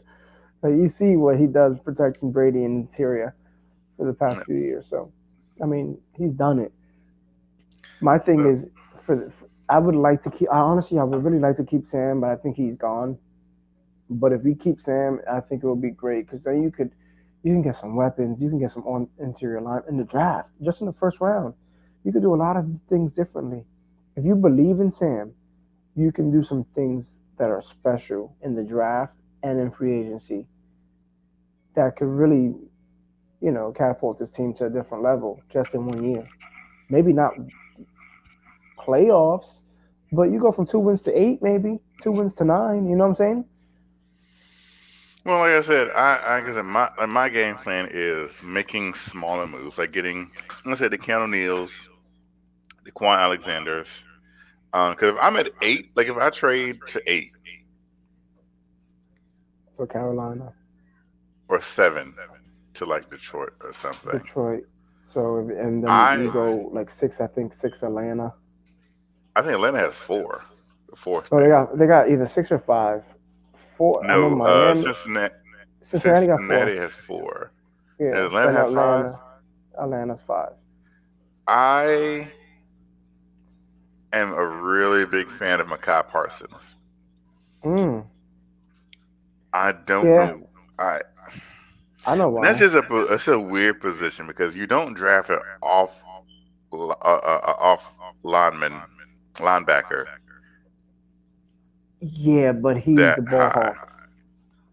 But he fits the defense of what we do, and he looked great, like absolutely great, besides C.J. Mosley. And I can't wait to see CJ. He looked great, and Robert Saleh said he looked really good. He was working out at the facility, and then he did a little video on Instagram where he was pulling. It was like snowing in Fawn Park, New Jersey, where the Jets facilities are, for those who don't know. And he had the camera, and it's like snowing, and he's going there to work out, and they said he looks wonderful. I mean, he played well. I mean, when he was with us, it's just he didn't play a lot. He opted out, and then he tore his groin in the first year of the contract. But that first game against Buffalo, man, woo, We should have won that one. Yeah, I was there too. it would have been nice. I think we would have had he continued to play. Hmm. It is all fell apart in the second half when That third quarter, when he man. didn't combat the defenses couldn't Yep. hold. Um, And that was the Darnold mono game. He already felt like crap that he said that day. yeah. So like I said, there's a lot of things that you could do if you move down to 7 or 8. I'm not sold on the The receivers. chat is killing us right now for talking about Jets, not Knicks. No, I'm sorry. Listen, Delano, you know it's all love, bro. What do you want me to say? The Brooklyn Nets are gonna win tomorrow? I mean, I don't know what you want more to talk about. What is Delano saying? He said, "Why? This is the Knicks. This is blowing shears. You know, why are we talking about the team that rocks green? Shame on you, Jets fans, for infecting this illustrious channel with this contest." Listen. I could be talking about the Knicks, and I love the Knicks. As you I can do see, I'm too. still rocking my Knicks shirt. It's Don't worry. just I look One at day, me and Hoodie Kev are gonna start a Jets show. I'm it's weird talking about the Knicks on an off night, I know right? it is. I'm trying to look for Because there's content. only so much material that you can Yeah, really exactly. use, I'm looking for content. and so you talk about because I saw this because tomorrow's a big day in the NFL. It's huge. Um, In less than the day 12, that in free less than 10 agents hours. 10 hours. can sign. Hmm. So, well, I put it's the day that teams can start negotiating The legal tampering. with free agents, and so, but you'll hear Schefter and Mortensen and everyone else like reporting stuff happening Yep. um, starting tomorrow. So Or you could agree. You could agree to deals. You just can't sign them.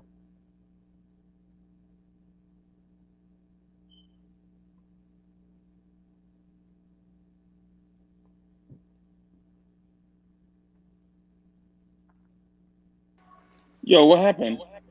I can't I hear don't know. neither one What's of up? y'all. What happened? Yo, I'm glad you're back, Freeze. oh yeah, no, I'm sorry, I was talking to someone else, but yeah, so that's pretty much a big day. And tomorrow's a You big got a day. girl Like with so, you, Kev? huh? You got a lady with you? If I had a lady with me, I would not be on the panel tonight. That's No, funny. this is my friend Oh no, no, that's who's cool. going out, I think, to get some cigarettes or something. I don't know. I don't smoke. These smokers. I need a They got to find cigarette. their time. Um, what was I saying? What was I saying? So yeah, so tomorrow is a very big day because there's so many really, really, really good free agents tomorrow. Um, that We got the money. That's all I care about. We But got the the thing money. We about got it the is draft this: picks. is how is because last year we had money too, and Yeah, but that Joe wasn't. They already Douglas knew what this team was gonna be. Joe Douglas went bargain shopping for he went binge shopping for bargain players, Right, but and he it's knew like what this team was gonna be. that's like that's the one thing that kind of gives me pause about Joe Douglas is last year, right? We had a lot of money. But the And we market came wasn't great away with either. like re-signing Alex Lewis, Greg Van Roten, We're bringing back Pierre Ryan Poole. Desir, and it's like this I is know, your judgment no, calls, but the thing is Pierre too, Desir. you got to think in relative to the market and to the players that were available. There really wasn't any, you know. We could have had Byron Jones, Okay, and what we did Byron settled Jones? for What did he Pierre do? Desir. How did Byron Jones do?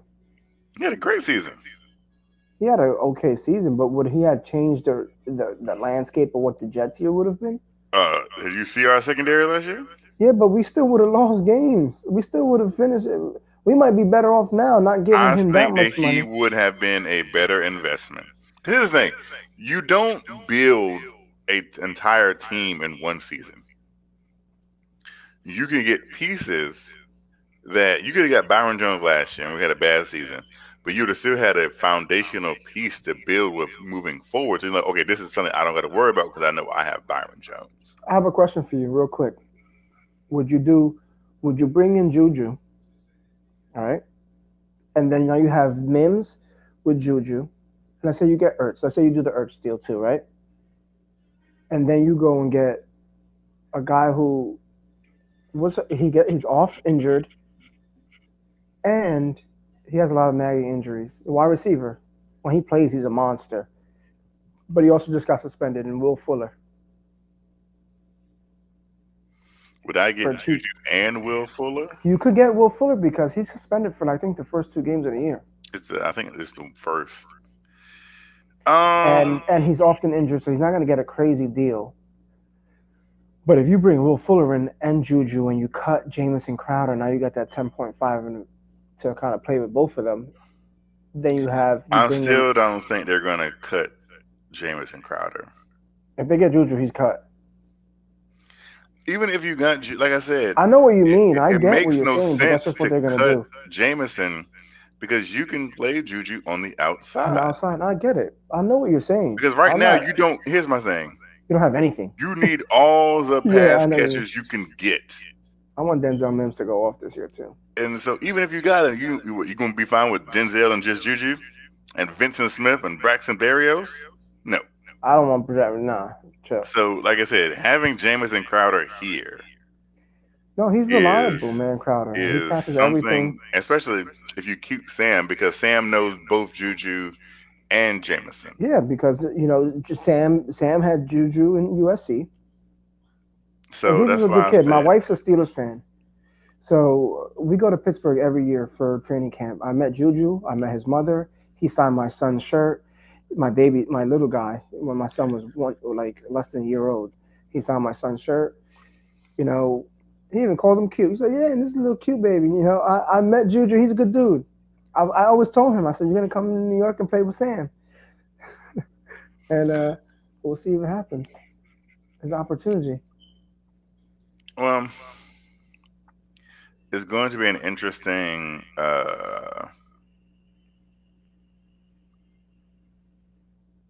off season tomorrow. Um, I don't know about So Will you would be Fuller. unhappy with Deshaun Watson if it just? All right, how about this? I'll give you the deal. If it's this year's number two, and No, both I'm of definitely not doing it. hold on, this year's number two, next year's first round pick. Oh hell no, no, no, No, we have two this year and two next year. So you get nope, to keep one not this doing it. year and keep one next year. You used to have one first round pick for each year, and they're Seattle's. You trade them Seattle's. You don't trade them Seattle's pick. You trade them the Jets pick because Seattle's going to trade Russell Wilson, and they're going to be bad. So then you're going to get a top 10 pick because Seattle's going to be bad if they trade Russell Wilson. So now you get Seattle. You keep Seattle's picks this year and next year in the first round, and you try to see if you can get them to have a bad year. If you're going to get better, if you anticipate yourself getting better, you don't give them your picks. You give them your picks. You don't give them Seattle's because Seattle's going to digress. Then you can still have a top 10 pick possibly next year, even though you maybe let's say 10-6. Who knows? You wouldn't get a top 10 pick being 10-6 any other year. But if you get a top 10 pick because Seattle traded Russell and now they're 4-12, and you're 10-6, now you still got a top 10 pick. You still got some money, and you have a team that's good and young. That's what I would do. Trade them 2 seconds, 2 firsts, 2 thirds. I'm definitely not doing that. Why not? I'm You not got so giving much. You have 4 third because round picks, that's 5 third not round picks how over the you next 2 build years. a team. When this here's the thing, and believe it or not, Yeah, quarterback. but no. When can you say you're going to get a top 5 quarterback at the age of 24, 25 years old in Deshaun Watson, who's already signed and his cap hit for this year is only $10 million, Because here's $600,000 more than Sam Darnold's. this year, but then it's gonna go up. Yeah, then it goes up to 27 million. then 32. It doesn't go. It never goes. You're gonna pay if Sam Darnold goes off this year, and then you pick up his option. He goes off again. Sam You're gonna have to pay Darnold, him. Sam Darnold, man, really? Are y'all You're gonna talking have to about pay Sam him. Darnold? I'm You're gonna talking have about to pay him Sam Deshaun big. Watson. Darnold. Sam Darnold is trash. Stop it. You know, Stop it. everyone Freezy thinks everyone not named Nah, he R.J. is not Barrett is trash. He's been trash. dealt a bad hand. I'll give Sam, him If that. your But name, no, he's if your gonna get name, traded, but he's not if trash. It's your not because of name him. is not R.J. Barrett, then you're trash, Uncle Freezy. no, Emmanuel quickly. Oh Lord have mercy. Sam But here's the thing. Darnold is trash. Here's, Hey, here, here's if y'all are smart, y'all trade for Deshaun Watson and you include Sam Darnold in the deal, and then What I would do, that way you won't have to trade your high first round picks. You can you still trade got to them. trade it. No, listen. So you can still trade them first round picks, but you don't have to trade them the most valuable pick in each round. You can trade them the lowest first round picks, including Sam Darnold. That way, Houston saves money. They get a starter at quarterback. They get first round picks, and then you can also get if that is not enough, then you can look to do pick swaps in later rounds. You know No, what I'm I get saying? what you're saying, Freezy. I would love to do that deal, but the Texans have no first round picks this year, no first round picks next year, no second round picks this year, no second round picks next year. They need a quarterback if they trade Watson, and if they don't want Sam Darnold, then you got to give them the number two pick because that's the only way they can say, you know what, we can pick the quarterback we want, whether it's Fields, whether it's Trey Lance, or whether it's Zach Wilson. You I'm here's some late breaking news. Quarterback, Who's your head quarterback. coach? Who's your head coach? Robert Sala, Oh, jeez. stop Yeah, it. yeah, man. You can't bring in a young quarterback with a defensive coordinator. You Why just can't not? do it. He has Matt Look, LaFleur as the offensive coordinator. West Coast system is Shanahan's. right. They're fine. Okay. All right. Whatever you gonna say and all this stuff. Jets fans feel like whatever happened to every other team in the universe doesn't happen to them, right? No, Y'all But he's not. no. Listen, whatever. Let me finish my point. You already just went through this mess with Sam Darnold and the black guy that was the defensive head coach. What was the black guy y'all had? Ty Bowles. God Bowles. Okay, so you had a defensive minded head coach and a young quarterback, and he ruined your quarterback, right? He didn't So ruin him. so so okay, all right, whatever.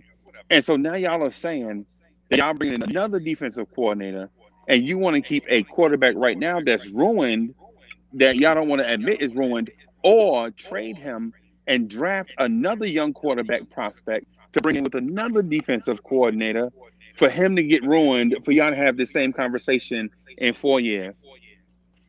No. Listen, I'm If you all for had Deshaun listen, Watson, right. please. And Okay, I got you.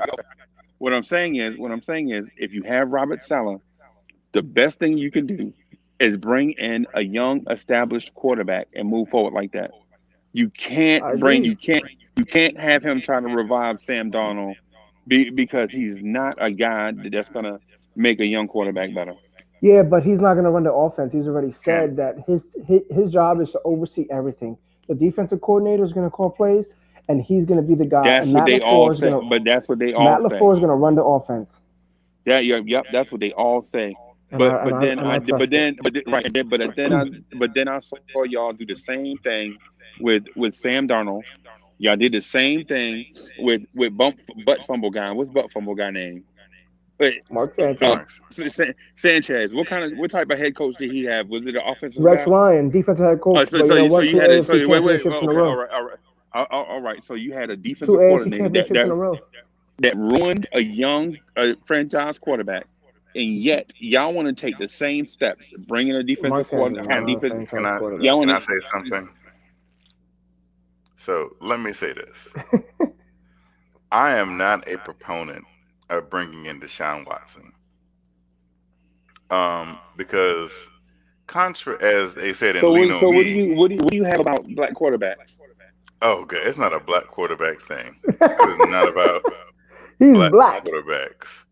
This is about the quarterback of the New York Jets is not the reason we went 2-14 last year. The Y'all reason we say went that two and y'all fourteen, say that every year. Y'all say that every year. Yeah, I What? mean y'all legit say that every year, man, and y'all Say what? ruin quarterbacks. Y'all, I'm No. a, The reason. I'm a No, Bears no. fan, right? I'm a Bears fan, right? And I watch defensive coordinators ruin young quarterbacks, right? And then look at the Jets, and I'm like, well, at least we're not as bad as the Jets, because what the Jets will do is get a young quarterback, not give them weapons, and they blast them in the media, and then what they do is they blame everything on their young quarterback. This Right. no. What I I'm know. I saying. know what you're saying, Freezy. Hold on, Kev. Okay, I know what you're saying, Freezy. But you got to realize that Sam Darnold his rookie year was very, very good, and the Todd Bowles was his coach. Can we But stop? then he had an offensive Eric, coordinator, Eric, right? And Eric, remember Eric, Adam Gase was offensive coordinator. What did Eric, he do? Eric, He digressed. Eric. Stop. Stop. Can I please finish? Because I was saying something and then I got cut off. Can I please finish? That's all I ask. As I was saying, quarterback is not the reason the Jets were 2-14 last year. Correct. The Jets have a bigger problem than just who's playing quarterback. Mm-hmm. We have nobody to protect the quarterback. The quarterback has nobody to throw to. Mm-hmm. The defense can't stop a nosebleed. The Mm-hmm. problem with the Jets is the Jets have a lack of talent 1 through 53. And Deshaun Watson is not going to come in and solve that problem because Deshaun Watson will be walking into the same, say whatever it is you want about Sam Darnold and his talent or whatever. He'll be walking into the same situation that Sam Darnold's to because there's nobody's going to protect Deshaun Watson. Deshaun Watson's still not going to have nobody. The defense still isn't going to be able to stop anybody. And so we'd be in the same situation, and they'd be like, oh, the Jets just squandered all their picks, and Deshaun Watson looks awful because da-da-da-da, he just that, and another. No. The problem with the Jets goes beyond Sam Darnold. Because when your starting cornerbacks are like Bless Austin and a guy who broke his leg the year before and I missed like like the Bless first Austin. half of football, and Bryce Hall, He played well too, though. he played okay. Not even great. I think his passer rating was like over 110. No, he played well. So it's like, no. When your slot guy is literally named Lamar Jackson. No, he wasn't the slot guy. It was Brian Poole. No, Brian Poole got hurt and missed. It was Lamar Yeah, Jackson. but Lamar Jackson played. He's the one who got roasted on the Raiders game. He was coming in, You know, and him and Bless Austin would rotate. when you But have Ashton Davis, who was god awful in pass coverage, you got guys like Frankie Louvu and and Patrick. I can't even pronounce his last name, but the team was bad, and that's nothing that Sam Darnold. Sam Darnold could have played lights out, and there's still nothing he could have done because Adam Gase was awful, awful as a head coach. awful. I don't even remember our offensive coordinator's name. Like I see him. Darren Loggins, Oh God, yeah, him. He was bad. bad. Oh God. He's like Pat Oswalt, the comedian. And so my thing is this: when you say that Sam Darnold is ruined in football, it's easier to turn around a career. I.e., look at Ryan Tannehill. Mm-hmm. It's a prime example. Mm-hmm. Everyone thought Ryan Tannehill was ruined. Yep. And then Ryan Tannehill turned around and got $100 million from the Tennessee Titans. Deservingly so too. And so when you say, is Sam Darnold ruined? No. Because you put Sam Darnold in a West Coast offense who's from has a head coach in a long linear of coaching experience, learned from one of the best offensive minds in Kyle Shanahan, who learned from obviously his dad, whose brother is the head coach of the Green Bay Packers. And do you bring in competent coaching staff, quarterback coach, wide receiving coach, offensive quality control coaches, then yes. And so you say, oh, you bring in a defensive-minded coach. Okay, but Robert Saleh is, I believe when he says he's going to let the defensive coordinator, because here's my, you got two coordinators here who have been coordinators in other places, right? Like Jeff Olbert was a defensive coordinator in Atlanta, Yep, Atlanta. who has experience calling plays. I just went through the resume of Matt LaFleur, so he can call plays. Wait a They had, minute. Are you basing your argument on the offensive coordinator for the Atlanta Falcons? no, Defensive no, coordinator of the the Atlanta defensive Falcons. coordinator is experienced and Dang, defense was call plays. garbage. No, not from that team. Atlanta's defense was garbage. He was the defensive coordinator for that team when they were in the Super Bowl. Not this past season. No, this past season he was. Jeff Olbert has been the defensive No, coordinator. he was a linebackers coach in San Francisco Yeah, no, last year he was the last defensive year. coordinator in Atlanta. Okay, Um, when Raheem Morris took over as head coach. Um, and they played much better. But Jeff Olbert is a good defensive mind. Um, the That whole defense was goal of trash. the whole goal of a head coach. If you have a good head coach knows how to delegate, right? yep. Um, like Pete Carroll, for example. Pete Carroll delegates to his offensive and defensive coordinators. Mm-hmm. Bill Belichick delegates to Defensive his coordinator. offensive and defensive coordinators. And Defensive some say coordinator. he's the best head coach in football. But guess who calls the offensive plays? Josh McDaniels. Mm-hmm. He lets his defensive coordinator call up defensive plays. Now, yes, there's times where the head coach will call Yeah, take plays. over a play, and that's usually situational. I mean, he's got to get paid to do something. So, yeah, I mean, that's fine. But if you have good coaches in place, then yes. And if you bring in talent around Sam Darnold, if you actually put an offensive line around Sam Darnold, then I believe that Sam is going to be fine. And I really believe that. I believe that Sam is going to be fine if you actually protect Sam, give him time to throw. No quarterback could have thrived with the Jets last year. Not Mm-hmm. one. I don't care who you put behind center last year. Nobody could have been productive last year I agree. with the Jets. Like I said, I would like Sam Darnold to stay, but if he doesn't, I would want to go and get Deshaun Watson and not get Zach Wilson. I I don't just want Zach want to say, Wilson. That's the thing. Deshaun Watson, you If I just had the number one pick, then maybe, if I had the number one pick, then I'll go Trevor Lawrence. Yeah, cool. But I have the number two pick. I would just go and get a guy that knows the stud and he's signed already for a I deal that's just not think going to you're kill gonna us. give up too much, and that's not how you build a team. Like I look at things, and I think Joe Douglas looks at things where I have to build the best 1 through 53 I possibly can, and you're not gonna do that by giving up premium. Like if I can get legit four players, four legitimate starters, Mm-hmm. and I'm trading them for one player, even if he plays the most important position, Right. it's just not worth it. Like it's to me, that's not how you build. Now, if I had like a middle of the pack kind of pick, I got then you. yeah, but not a number two pick. That's just not when I can get like a player that is going to be here A franchise player. 10, 12 Yeah. years. Yep. Like I cannot do that because So that's you not keep how Sam you Darnold. build. That's what you would do. Yes, I'm keeping. I will bet anyone that Sam Darnold is going to be under center week 1 Wow. of the 2021 season. Wow.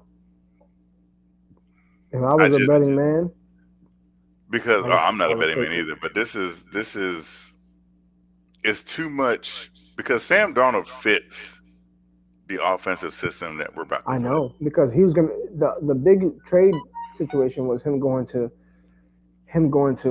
San Francisco, and they ran that same offense because they said he would look wonderful in that West Coast offense with Shanahan. Well, it's the same offense they run in Green Bay with LaFleur, and it's going to be the same offense they run in New York with the other LaFleur brother. So I think it'll be good to keep Sam Darnold. He would be my option, really. I love Sam Darnold, So like I but said, you bring if in I don't take players. Sam, Darnold, I would go and get Deshaun Watson. I'm not drafting Zach Wilson. I'm sorry. Yeah, I'm not drafting Zach Wilson. I And mean, the the only Jets reason I may. don't like Zach Wilson is because he's already had surgery I know. on his shoulder. Last year, And I think he had another shoulder too on he like a had wrist or a little something. elbow Elbow? debris, elbow debrisement, Yeah, no. Hell no. and he's already undersized. He's a little guy. He's little. So let me get this straight. You've already had surgery Twice on on your the throwing throwing arm. shoulder and elbow, and you haven't played a snap of NFL. You played in a. It's not like you played in the SEC where they were coming after you. Mm-hmm. And you can say all you want about college Coastal competition, right? Carolina, playing Coastal Carolina. I mean, which they're good now, Yeah, no. but I mean If that's you was playing like Florida Mm-hmm. and Georgia, then yeah, I'd be like, oh wow, he held up really good, but he didn't. I want to see. I want to see Sam. Especially in a year, especially in a The year COVID where year. there's no Yep. combine. Mm-hmm. No. If there was a combine, I know we're still having pro days and you still get Yeah, medical. but come on, that's throwing in T-shirts and Yeah. No. No. scripted plays with no defense. Not this year. Can't do it. Sorry. I'd rather say what you want about Sam, but at least he's a proven commodity. He's I know made that. plays I in the know league. because with Sam, there's tape that I can see. I'm like, okay, this is what we need to fix Dude, here, did you here, just here, say and here. proven? Did you just say proven commodity? Yeah, we've seen him play. You've He's seen him played play. well. That He's makes had him his a proven. flashes of That making makes him a plays. proven commodity. There's game Yes, tape on you Sam Darnold. know that he's played in the NFL. He can make plays in the NFL. Exactly. That's what I mean by proven Yeah, commodity. that's Like I know I what he know, meant. like if I put in a tape, I'd be like, okay, I need to fix this, and this. With Zach Wilson, I don't know what I'm getting, like at all, like, at all.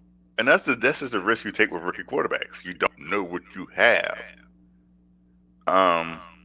But with Sam, I know what I have. I know the things that Sam needs to work on. And feel like, okay, I need to work with Sam on this, and this. But I also know the things that he's strong at and the things you got to continue Exactly. to With put Zach into the Wilson, I offense. don't know. Yep. I don't know if he's going to struggle against cover two zones, or I don't know if he's going to be able to pick up, the blitzes as fast as I need him to pick him up. Or be able to get to his second read and Exactly. I don't know eyeball this, his receiver. but with Sam, I know. I know this. I know there's things that I can work on. I know there's things that he needs to work on that's already there, that's already established. And he can make every So it's throw. easier to fix Sam than it is, because here's the thing. If I'm Joe Douglas, and believe this or not, this is the funny thing. This is technically Joe Douglas's third year. This is his third year. Second draft. And so, believe it or not, and mind you, and this is a big thing. Joe Douglas was not hired by Woody Johnson. Woody Johnson. He was hired by Chris Johnson, his brother, because Woody Johnson was the UK Yes. ambassador for So Trump Woody administration. Johnson. Mm-hmm. This is what I He wants to know. This win. is what I know about Woody Johnson. He wants to win. Woody Johnson will fire a GM. Mm-hmm. Because how long did John Izzy have? 2 years? Two. And then Honestly, he brought the best in. GM they've had before this was, and he the last couple years he was terrible, but Mike Tannenbaum. That was Yeah, the Mike last. Tannenbaum lasted. Mike Tannenbaum lasted for a while, but Mike Tannenbaum. I know, I'm saying just the last couple years is where he went bad. Yeah, Like, it Mike was bad. Tannenbaum made the playoffs. Though. Yeah, I mean, not only the playoffs, 2 AFC championships. Yeah. And so my thing is this: if Joe Douglas does not, within not at Woody's back, prove Within the within next 2 years. 2 years Mm-hmm. that he can turn this around, Joe Douglas ain't gonna be here, because that'll be 5 years that Joe Douglas has been on this job. What is Joe Douglas have a 5 or 6 year contract? 5. So the end of your contract. So he has 3 years this So year and 2 technically, more. if next Yes, year, this year and 2 more. Yep. So if next year he doesn't do nothing, if he doesn't do that, he's out of here because you're not going to have a GM in his last year with like 4 or 5 wins if you get Zach Wilson.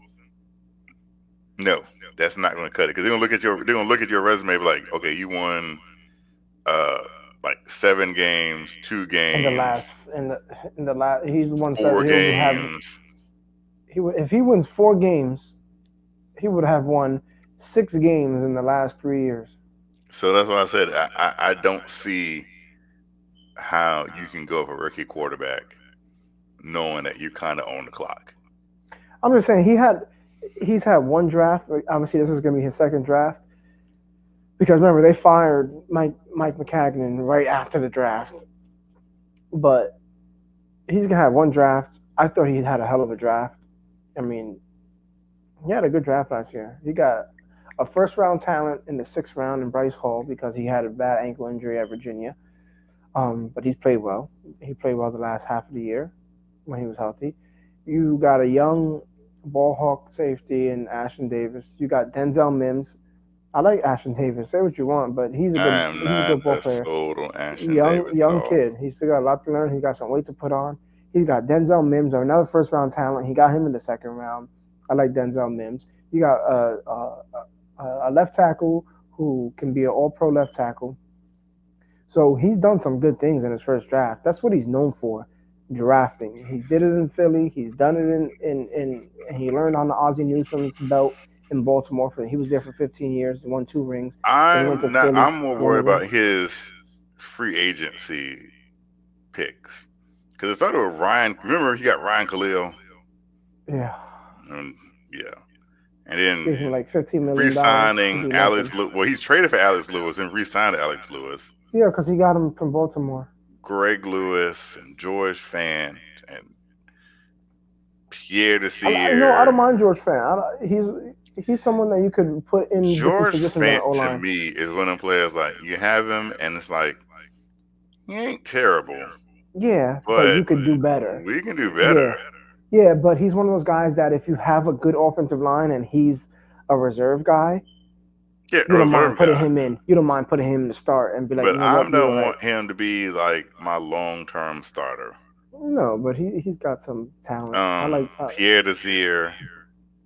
yeah, Who else did he sign? yeah, the free agent. He knew he made a mistake and not bringing Robbie back. He said, Oh yeah, Perriman, yeah, Ryan Griffin. So his free agent Griffin signings had a have, good run though. He had a when it- good few games. when it comes to his free agent signings, I'm giving him an F. Yes. An I agree. F. He might get like a B in the draft. Yeah. Because he as only much as I had like one, so Mims, I wanted what's the kid that was from Notre Dame that was at Pittsburgh? You wanted Chase Claypool. Chase Claypool, yeah. I wanted Chase Claypool Me personally. too, but you weren't gonna get him. Like So that. I'll give him a B on the draft and an F on free agency, and that's not gonna cut it. So unless you go into this week and you just 3 stars. blow it out the water. Yeah. Because I know here's the thing about Woody Johnson. So if you had 3 players, this week that are just getting free agency, 3-star players, wherever positions, you can get 3 players. Who would they be?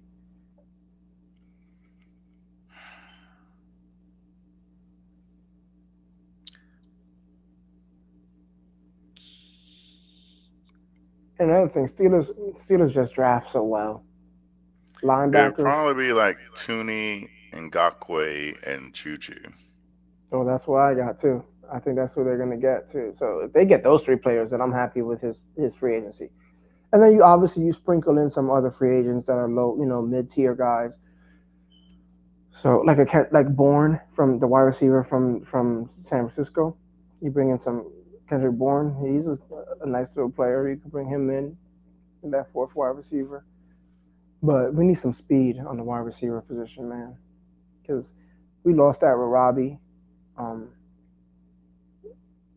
I know I like the guys who can go up and get a ball and whatever and jump up and Maybe not the fastest guys, but they're big, physical, can go and get the ball in the air. But we need guys who can take the top off. I mean, here's my thing. It would be great to bring in Kenny Galladay. I know, but Like, he doesn't. I like absolutely him, but he great. doesn't stay healthy. Um, I just even if he did say hell, he's just gonna be.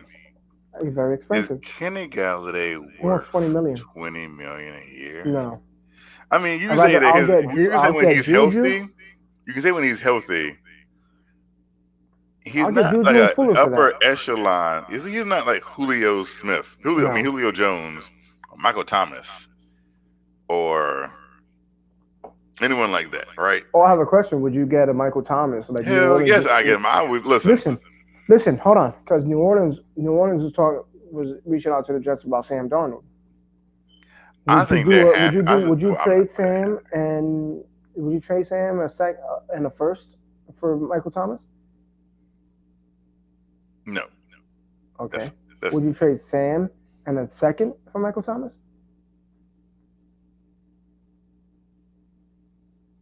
And then draft a quarterback at 2, or still be able to get Deshaun? probably, but I mean, I don't think that's gonna happen. But No, it won't. But I'm I, just saying, would you do it? Would you do a deal where you get Michael Thomas back I mean, if if it I makes could sense? work out,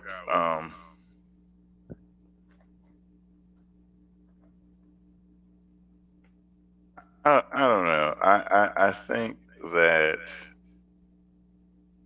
with Drew Brees retiring, so I don't think Sean Payton is kind of play like I'm throwing in the towel and trying to tank next season. Nah, Jameis Winston's right now the starter. They said. And I think they'll be all right with Jameis Winston. Me too. Um, Especially after the LASIK because surgery. here's the thing with Jameis Winston. He could throw the ball, bro. Even when he threw like 30 interceptions, He he could throw still the threw ball. like 30 5,000 yards. touchdowns and Only like 5,000 yards. Yep. So He it's ain't not no like bum. he's bad. He's No. actually really good. How many He had quarterbacks you bad know gonna eyes. throw 30, 5,000 yards? Shit, He if had bad Sam eyes. Darnold threw 5,000 yards, we would be having this conversation right now. No. So But he just I think James is gonna be good there, to be honest with you. But there's a lot of things. There's a lot of things that could happen, like trading Sam in a second for. No. If you trade Sam and a second to Chicago for Allen Robinson, who wants to be a Jet, I'll do it. I think Allen Robinson just wants to get paid. Allen Robinson has I don't think dropped. he cares. Listen to who me. he plays. Allen I think he Robinson has wants to dropped get one paid. pass in 3 years. And I like Allen Robinson. I do. But like I said, I He's think he dropped just one wants to pass get in 3 paid. seasons. I don't think he minds staying in Chicago if Nah, he's already told Chicago he wants out. the Bears can definitely keep Mitch Trubisky. Well, they're letting him go. They said they're gonna let him test the Please, market. please. They want Russell Wilson or Sam Darnold. No, I'm reading that I know. Uncle Yeah, Breezy put on there. I'm not touching. He Mr. can Trubisky. stay in Chicago. He can go join Johnny Manziel or whatever league he's in. Him and Josh Gordon. So They're in some like XFL league, 3-man line. yeah, and then I'm excited for tomorrow. time for a taco. Hold on. A taco.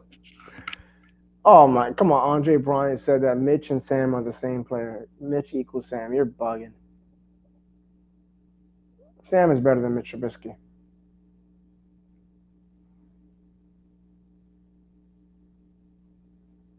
Simma, come on, bro. You my boy, and you gonna talk crazy like Jets fans don't know what good QB play is? Come on, bro. You can't be doing that. I know what good play is, good quarterback play is. I'm a football fan too. I know what good quarterback play is. We just ain't have it on our team. That don't mean I don't know what it is.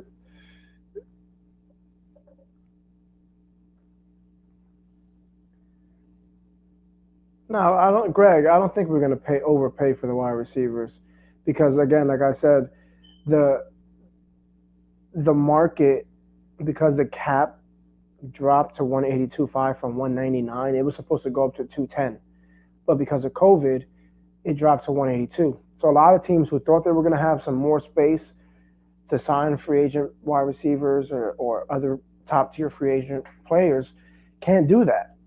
Now they can't do it. Now you strong arm them. So all teams are in a position where they want to get top talent because this free agent class has top tier talent at every position that's available. And guys being let go who are good players, but their teams can't pay them. Safeties, wide receivers, can't tag them. Now you can get a great player for a good player's price because no one's going to get the money on the market. Okay, you don't want to. The Jets offer you 15 million,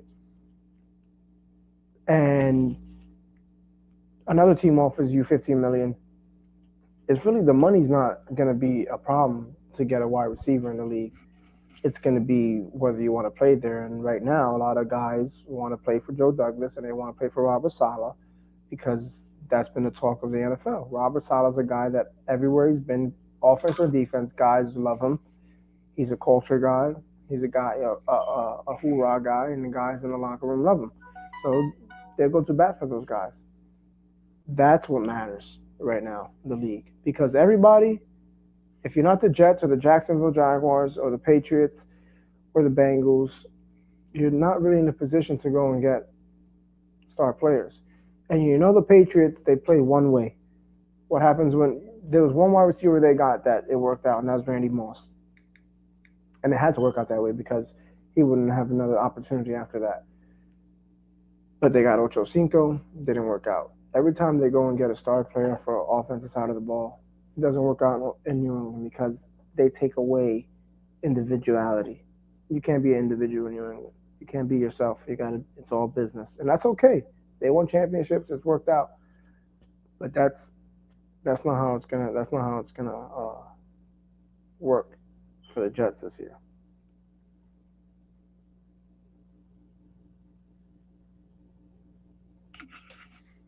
I think I'm in the wrong business. I was just flipping through my channels just now, and I realized that Avengers Endgame is on like TBS, and on TNT is Batman vs Superman. And then I Wow, thought to myself, any you're in movie, paradise. any movie that has, but then my soul was like, I want to watch Avengers. Yeah, But my soul is like any movie that has Batman, Superman, and Wonder Woman.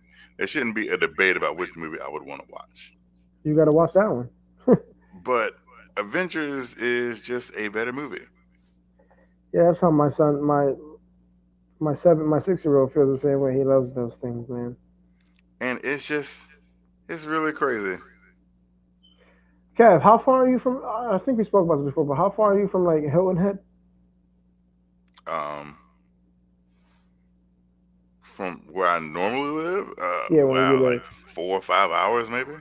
Okay, I'm gonna be out there in May for a week. You might Yeah, have to link. You might have to drive 2 hours, and I'll drive 2 hours and go and get dinner or that something. is. Listen, if you Yeah, drive 2 hours and I drive 2 hours, you go I have dinner. think you'll be closer to Uncle Freezy than you would be to me.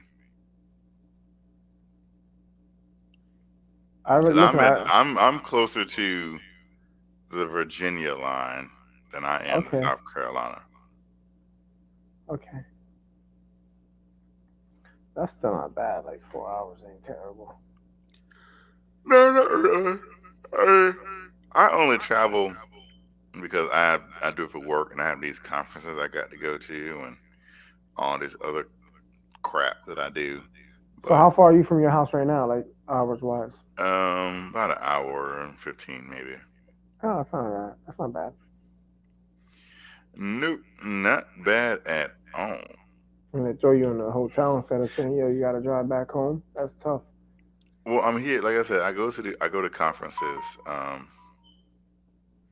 I go to conferences, these management training conferences Right.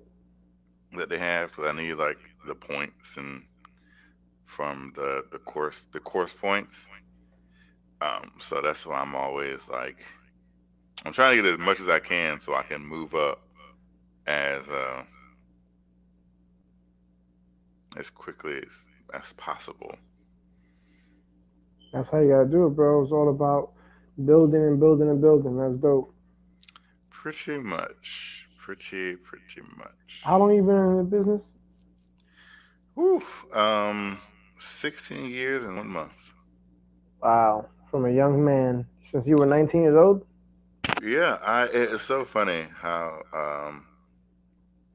time flies like this. It It is doesn't seem crazy. like it's been, that long. It really doesn't. When I think back on it. Um, but here I am, and I've come from I've really worked as hard as I can to get to where I am and to get to where I want to go. Correct. And I'm not there yet, but I will. No, it's always It's it's about growth, man. That's all good. How you never been to Madison Square Garden, Kev? yes. Oh, okay. So Um, you've been your whole life in the Carolinas. yes, I was born and raised here in North Carolina. Um, I've always lived in. I mean, I've been plenty of places in my life. Um, Yes, so we gotta do a game. Like we gotta get the whole Blowing Shears family to a game together, coordinated. So our future gaming, I don't know. Usually I go see them when they come to Charlotte. I do Okay. not know if Charlotte is hosting fans right now. 'Cause you say the South, like everyone in the South is. Open. The South is open for Yeah, business. no, it's really not. I Um, know. Only Florida. North Carolina is. Like I said, I don't know if I gotta go. I don't think the Hornets are allowing fans yet. And if so, they're not gonna It's start not. off It's gonna be like like season a ticket lot. holders. Yeah, and it's gonna Um, cost a lot of money. Usually I go to a Hornets game every year whenever the Knicks come here.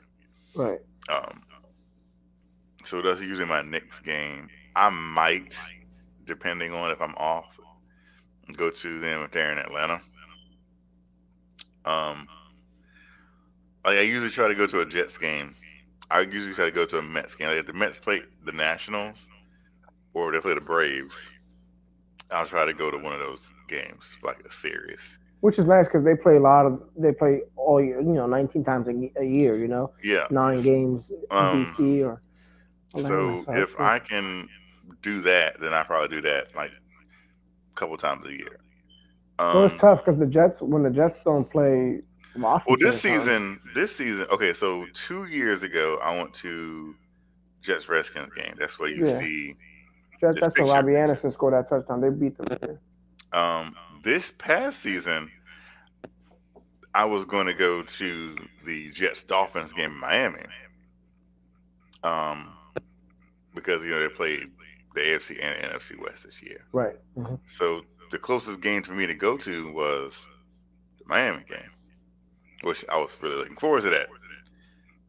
Then COVID happened and ruined my whole trip to Miami.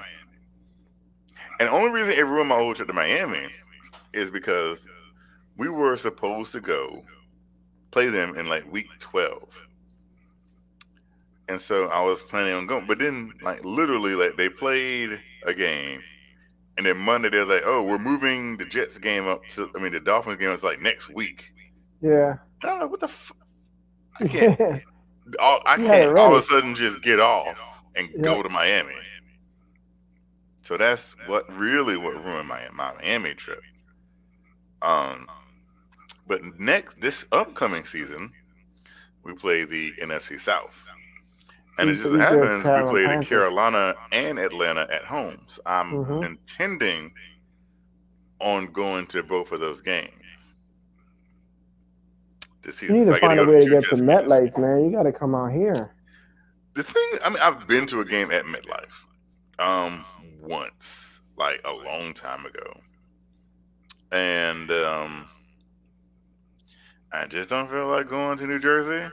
Like, if you said, do I want No, to go to New listen. Jersey I live 20 minutes from New Jersey. I don't want to freaking and go to watch a New football Jersey. game, or do I want to go to the Dome in Atlanta? Oh hell yeah! I mean, it's not I'd even. rather go to the brand new Dome in Atlanta. The chat has questions for you. They want to know why all the love for New York teams, So when I was a which I little get boy, it. You a when I Carolina was guy, why? when I was a little boy, the first game I ever went to go see was the Knicks at the Charlotte Hornets. My stepdad, former stepdad, and took me and my little cousin to a Knicks game, a Hornets game in Charlotte. Was he a Hornets fan or a Knicks fan? I don't think either. I just think we wanted to go see a basketball game. Okay, that's tough. And so I remember very vividly Patrick Ewing having like a 40-point game. And me being this little 5-year-old kid, I was just like in awe. And was like, I'm My going to wife like this said team. she's watching us on the show from work, from the hospital. Well, So hello. she said you guys are doing a good job, Adriana. She was in the chat a little bit. She said there's an echo when you talk, a little echo. If I move the mic away from my mouth, it might be better. How about now, baby? Sometimes I like have the mic too close. Oh yeah, she was in the chat. Adriana Janae, that's her. She said, "Kev, there's an echo." My wife was in the chat. Hey, baby, you should be working, saving lives. You know, you shouldn't be. No one's talking about the Steelers. No one's talking about the Sixers. I know those are your teams. We don't care about them here. Yeah, that's all I gotta take it away from my mouth. So I grew up and I was like, I'm gonna like the Knicks. So, when I got a little bit older and I got into other sports, I was like, well, I want to keep my favorite teams close. I was like, I don't like the Knicks, and then I like football, and I like Man, you done lost your mind. Ain't no way Iron Man better than Wolverine. Get your ass. When we finish, when I get back on, when I finish up lunch, I'm coming. Yeah. What are you talking about? Iron Man something better than about Wolverine. what are you talking Y'all about? can hear me? Y'all can hear me? Yeah, we hear you. No, hold on. Hold on. What? I'm so confused. Was he talking about what? I don't know who brought that up. I think he's talking about when you said on TBS there's the Avengers and then on TNT is the Batman movie and shit. Yeah, So he but that said had nothing to do with Wolverine. oh, maybe he's talking to somebody, a coworker or something. Oh, I'm about to say no one even brought up Wolverine against Iron Man. Maybe he is talking to a coworker and he didn't mean to come in. That was weird. So go ahead. Your old stepfather took you to a Hornets Oh and yeah. Knicks So game. when I got into other sports, I was like, I don't want to like the Knicks and then like the Dolphins Right. in football and like the St. Louis Cardinals. So when was your fan moment for those teams then? Like when did you like know? Okay, I'm not gonna pick the Giants. I'm gonna pick the Jets. I got into football in the late '90s, Mm-hmm. and in the late '90s, the Jets were like good. Yeah, I know. They had Vinny Testaverde and Wayne Yep, Corbett and Curtis Corbett. Martin and Keyshawn. And I was like, this team. Oh And they my went to the God, AFC man. Championship game. I'm like, this team is on the up and ups. I'm gonna like this team. And then the Mets in the late '90s were really sorry good about too. that, y'all. Yeah, You were talking to some coworkers? I was like, yeah. Man, these young fellas, man, they swear up and down that everything that they see is right, is the truth. Like these dudes. What happened? These dudes, like, I'm walking by, right? I'm just walking by, minding my business. They see me coming, and they act like they working or whatever. And I'm like, man, come on, dog. First of all, I already know the game. Don't try to play me, man. You know what I'm saying? I know what a slow night look like, right? You know what I'm saying? Don't try to game me up. You know what I'm saying? But so then they like, well, okay. My man just said that Wolverine is overhyped and that Tony Stark is better. Ask Kev. And I'm like, what kind of? I'm like, yo, what are y'all smoking right now? The thing about Wolverine is when they say he's overhyped, I can see that. Because his mutant ability, right? Like just his sheer mutant ability. It's not like it's the most spectacular thing. You know what I mean? Like in the echelon of mutants, Wolverine's actual ability is kind of like, eh, okay. Nothing. You got metal claws. That's nice. He can That's heal. not his mutant power. His mutant power is he can heal. But then Yes. even that is like kind of lame. What about You're the not about to superhuman just strength? run in battle like you can get these. Oh, I can heal. That's great. But what makes Wolverine is his claws. And the So, fact that he could heal himself. but yeah, but Right. that's not what makes him cool. What makes Wolverine cool is his claws. Now, in the movies, in the X-Men universe, I think they built up Wolverine's character too much. Because Wolverine was never the leader of the X-Men. Like, Wolverine was never the No. leader. It was always Cyclops. But they diminished Cyclops so much to build up the character of Wolverine to base the entire movie franchise around. It's like literally in X2, Cyclops didn't do anything. Nothing. Literally, Cyclops did nothing. In X3, he did less than nothing. I think he didn't make it out the first 20 minutes. How does that happen? And so with Iron Man, because everyone is going by the movies, right? Because that's Yes. core. So in the movies, Iron Man is the embodiment of the Avengers. Robert Mhm. Downey Jr. Robert Downey Jr. is cool. He's Sharp smart businessman. Yep. and savvy, and he has cool catchphrases. So that's why everyone feels like Iron Man is better than Wolverine. So I disagree. That's how you that. Listen, Simmer thinks that Wolverine will tear Iron Man alive and his suit. I don't know about all that. Because Wolverine's claws are made out of Animanium. adamantium, Hmm. which I think is the second strongest metal It is. next to vibranium. Yep. Um, which if Captain America, I mean, if Iron Man's suit can take a thrashing from Captain America's shield, which is made of vibranium, then I think it'll kind of be all right against. I mean, technically he was stabbed by Thanos. My wife said Iron Man is my favorite Avenger, but at the end of the day, he's a rich guy with no superhero powers. Yep. That's what my Bam. wife said. Bam. And she's very smart. She is Well, very listen, smart. he could be like Star-Lord, okay?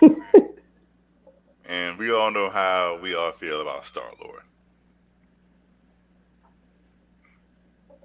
Star-Lord. He's Reggie Bullock. Oh my god. I almost spit my drink out. I'm trying to figure out who is Alec Burks then? Gee, I don't know, man. He's Star Lord. They both can't be Star-Lord. Oh yeah. Oh. My bad. Alec, I told you, did I say Alec Burks is Drax? Drax?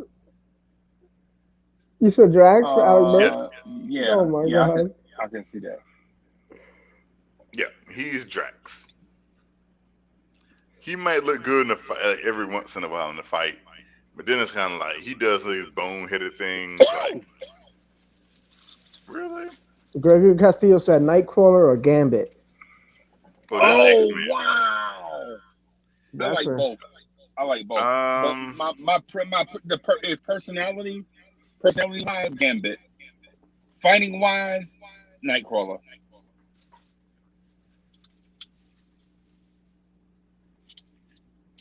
I'm a Gambit person because he's cool, Southern, got that Southern twang, that accent.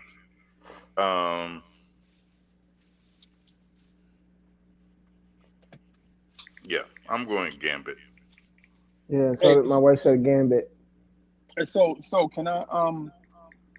can I add something to your Tony Stark argument? Yeah. So the reason why Tony Stark is an idiot is because everything disastrous that happens to the MCU is because Tony Stark did something stupid. Oh, it's Tony Stark's fault. Okay. Yes. So That's interesting. if you eliminate Tony Stark from the equation, A lot of the success. the MCU would have more peaceful days. What? How is it Tony Stark's fault that a raving lunatic wants to destroy half of existence? Well. Look at the reason why that raving lunatic wants to destroy existence, right? So Hmm. first of all, how did Tony Stark get shrapnel in his chest? He was a No, weapons no, no, no, no, no, no, no, manufacturer. no. Don't get too deep into all of that stuff. How did Tony Stark get shrapnel in his chest? He was about to be abducted. No. One of his bombs blew up about 20 feet away from him. Yes, in Right? an abduction attempt. No. We ain't talking about all that stuff. What we're talking about is the reason why Tony Stark had shrapnel in his chest is because one of his bombs blew up 20 feet away from him. Is that truth or is that a lie? Yes. Yes, Freezy that's the don't like truth, no right? context. Right. So what we'll do is okay. We'll say for instance that fate and destiny would have made him Iron Man anyway. Say if that didn't happen, something else happened and he would become Iron Man, right? Say he found the technology through another means and he was going to become Iron Man anyway, right? How did we get to the Age of Ultron? You remember that? He How created did it. we get? He created Ultron, Yes. No, thinking that's false. that is He not created it. Yes, false. he did No, create Ultron. no. He No. assisted Bruce Banner in No, helping no, he create didn't. No, he didn't. Ultron. He taught Bruce Banner into helping Yep. him create Ultron. No, if you remember what he said, remember when Bruce Banner was like, "You want to create Ultron," and Tony's like, "No, I want to help you create Ultron." So all he That's did was because assist Bruce Banner in be, helping create Ultron. because he did not have the knowledge to create Ultron, but the idea of Ultron was Tony Stark's. Freezy, brother BKL Contreras wants to know who's your favorite from the Avenger franchise? Um, And then oh Hoodie man, Kev, then you can answer. I think Believe that's it a or not, little my tough. favorite character is Doctor Strange. Hmm. Right. I think my favorite is the Hulk. Oh, but please continue your soliloquy about bashing Tony Stark. I'm not bashing him. I'm bringing levity to what you just said because what you said was all glowing about Tony Stark, and what I bought was like what I feel is the overlooked negative impact on Tony Stark on the Avengers and the MCU. So Tony Stark gave the ultimate sacrifice to save half of existence, and we are condemning some of his actions as a younger, Yes, yes, more yes. naive businessman when he was like, I just want, because his whole thing is Tony Stark has always wanted peace, right? No. He suggested that weaponizing would create peace in our time. He Yeah. said he said that weaponizing would create peace in our time. And Well, Ultron uttered those words to the Avengers. That's how they knew Tony was behind the creation of Ultron. well, I want to say weaponized. He didn't say weaponizing. He said he wanted a suit of armor Around the world. around the world Right. to maintain peace. That's not really weaponizing. Weaponizing a bad word to use. That okay. Hey Kev, let me ask you this. What normal human being walks around with a suit of armor on? A Think about knight. that, what you just said. A knight. So if you were in Walmart buying oranges and you saw a knight walk by, what would you think? I was like, oh wow, a British knight.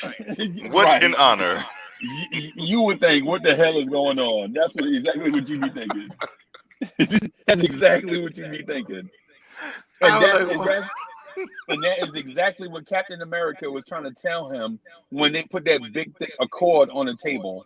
He's like, what is this? What are you doing, Tony?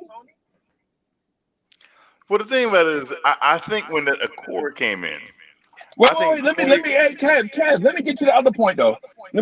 So there's a movie where Pepper Potts was legit about to be used as a weapon and was going to be destroyed, right? By the villain. Remember the villain? I don't think she was about to be destroyed. You remember the villain though? Yes. Who created the villain? I mean, I don't think anyone created him. I mean, Yeah, Tony Stark created him when they were on listen, the just roof. because at the time at a drunken party, he was like, "Your idea is bad." That I don't. Yeah. Like 15 years before, right? Mind you, 15 years Yeah. before this happened, at a drunken New Year's party, this guy was like, "Hey, I got an idea." And this drunk billionaire who's about to go home and get laid by some supermodel was like, I don't really want to hear it. Right. So Tony was a They bad you're saying. they Huh? said why you don't like the chat said why you don't Freezy, why you don't like Tony Stark. Because Tony Stark is the reason why everything in the MCU that happens is bad. It's Tony Again, Stark's fault. how is Thanos and his agenda Tony Stark's fault? You haven't answered that question. He said because No, he didn't exactly think about it. oh that's You true. didn't He answer didn't that say. question. So how is Thanos' agenda Can and we trying to please, destroy half of existence Tony Stark's fault? Kev? So can we please continue down this road of pointing out the stuff that Tony Stark did wrong? But you just said all of the stuff that's bad in the MCU, and the biggest, baddest thing is Thanos. So how is Thanos? No, Let's the get biggest to baddest the end of thing the road. is How the is biggest Thanos? baddest thing is Tony Stark. Okay, so again, how is Thanos Tony Stark's fault? So did you just ignore all the stuff I said? I'm trying to get to the end of the road, like Boys to Men. Okay. So you ignore the fact that the creation of Iron Man, the moment of truth happened because Tony Stark was selling weapons to everybody. You didn't have to be a governor. If you wanted weapons, he would sell them to you. No. That's not true. Because the under the table deals, Tony Stark had no. That was Obadiah Stane. Oh, Tony Stark had no idea that they were Okay. selling his weapons to terrorist organizations. So Obi Toppin was the reason why this weapon blew up in front of Tony Stark. You mean Obadiah Stane? Whoever, Obi, whatever. Okay, whatever. Yeah. Whose name was on the merchandise? Howard. Even though Howard had been dead since 1991. Okay, I feel you. Whose company was it? Who started the company? Who started the technology company or the weapons company? They're the same thing. No, they're Who not the started same Stark? thing. Who started Stark Stark Enterprises? Industries? Stark Industries, I'm sorry. Howard Stark. So that was Howard's name on those weapons. That's an interesting take. Right? Because But Tony just took it over. That's basically the equivalent of a stock owner taking it over, or the person who was a vice president taking over. It's still the founding owner's name on the weapons because it was his company. He founded it. even though my man was the owner and CEO for 17 years after the owner had died. Yo, That's like Keyshawn said he made Ultron and then sold weapons to Sokovia. And then Gregory Castillo said Tony gave Rhodes War Machine suit, then later it got disabled. hold on. So So hold on. so he said Iron Man did pretty much cause the Sokovia Accords. So hold on. He's the reason it happened. That's what the chat's saying. I mean, you can look at it, Hoodie. So again, I'm a Jets fan, right? Oh, here we go. The owner, no. The owner of the Jets is Woody Johnson. Yep. He makes Johnson & Johnson baby products. Yep. So his name is on the bottle. Woody Johnson didn't found Johnson baby products. His family did. His family did. That's his family's name. Why would he change it? How many companies right now? You think the people who own Ford, their last name is Ford? No. Yeah, actually. Right now, yeah. It's Ford. I think someone else owns Ford, don't they? No, the Ford family. The Ford Ford family. owns. No, the Ford family owns. They own Ford, Lincoln, Jaguar, the Detroit Lions. The Detroit Lions. Yeah, they own a lot of stuff. And the dude that's in charge right now is a 6th generation dude, and his last name is something Ford. Yeah, and like the guy from Little Caesars, like he owns the Detroit Pistons, he owns the Detroit Red Wings, he owns Little Okay, Caesars. so I'll give you another because I just had to Google it. The owner of Dodge is not a Dodge. Okay. No. Yeah. Okay? But guess what? The cars are still named after the original founders of the company. Right. Even though the current CEO name is not Dodge. Right. He's not changing it to his name. Right. Just Because that doesn't make sense. What does this have to do with Tony Stark? Okay, so the thing about it is this. Why would Tony Stark, who's about peace, right? And again, he didn't know about those side deals and everything. Again, that was Obadiah Stane doing that. Tony Stark was making legit deals to other government, military agencies. That's what he was doing. Okay. He was a legit businessman. Tony Stark can do no wrong. I'm just saying he's a legit businessman. If you're a legit businessman, aren't you in the business of making money? Yes. Aren't you going to sell to legitimate companies? Terrorists pay in cash. Again, can we agree that Tony Stark was not making those deals to terrorists? No, we cannot agree to that. Who was making the deals to terrorists? Stark Industries. No.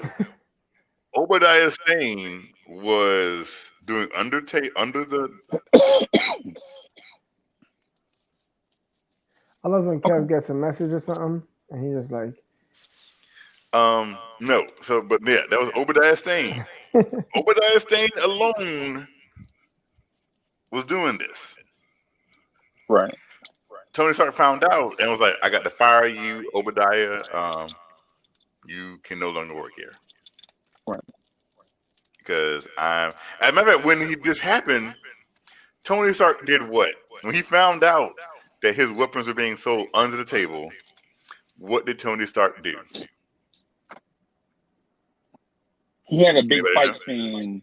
He had a big fight scene with Iron Man suits with the other dude that had Iron Man suits, and he destroyed the city. No.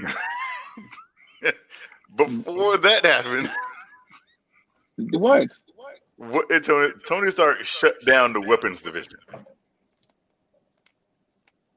He said Hmm. Stark Industries will no longer make weapons of mass destruction. Right. And Obadiah Stane was like, "We are a weapons company that doesn't make weapons." Is that Does true? that take? Was that true? Yes. Because about 10 minutes ago, you said that they were more than a weapons company, and just now you said that they were a weapons company that didn't sell weapons. So I'm asking, which one is it? Because you are making the convenient points to make Tony Stark look good. I mean, I think the overall. Okay, let's say a company does more than do one thing, right? If you are an international multi-billion-dollar company, you have different sectors of your company that do different things, right? Right. The main thing you do is, yes, you are a weapons company. Yes, so Stark So you Industries venture was, off to do other things. but yeah, they do other things. They probably make like recyclables and all kinds of other ventures. So you talking about like my little company. Like my little company will come into your business and clean up your joint after hours. But if you want me to do landscaping, then I can, you know what I'm saying, come during the daytime hours and do landscape work. That's what you're saying. Something like that. Yeah, Okay. but your main thing is, cleaning businesses Right. after Up hours. after hours. Yeah. You know. So Stark Industries' main thing was they were weapon builders. But then he shut down the weapons division and was like, "We're no longer making weapons." Mm. And then Obadiah Stane was like, "I gotta take you out." And Tony Stark was like, "Not if I take you out first." Hmm. And then they got into a little fight, and they might have messed up like 2 or 3 cars that I'm pretty sure Tony Stark replaced them with like Mercedes. Right. And that was it. End of Yes. story. So everything that goes wrong in the MCU is Tony Stark's fault. Again, can we circle back and talk about how Thanos is Tony Stark's fault? Because you've avoided that. Hmm.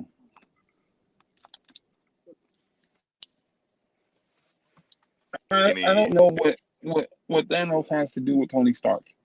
Because is Thanos not a problem in the MCU universe? Yes. So you just said every problem is Tony Stark's fault. So if Okay. Thanos is a problem in the MCU, how is Thanos Tony Stark's fault? Hmm. That is a good question. I don't know if I have an answer for that.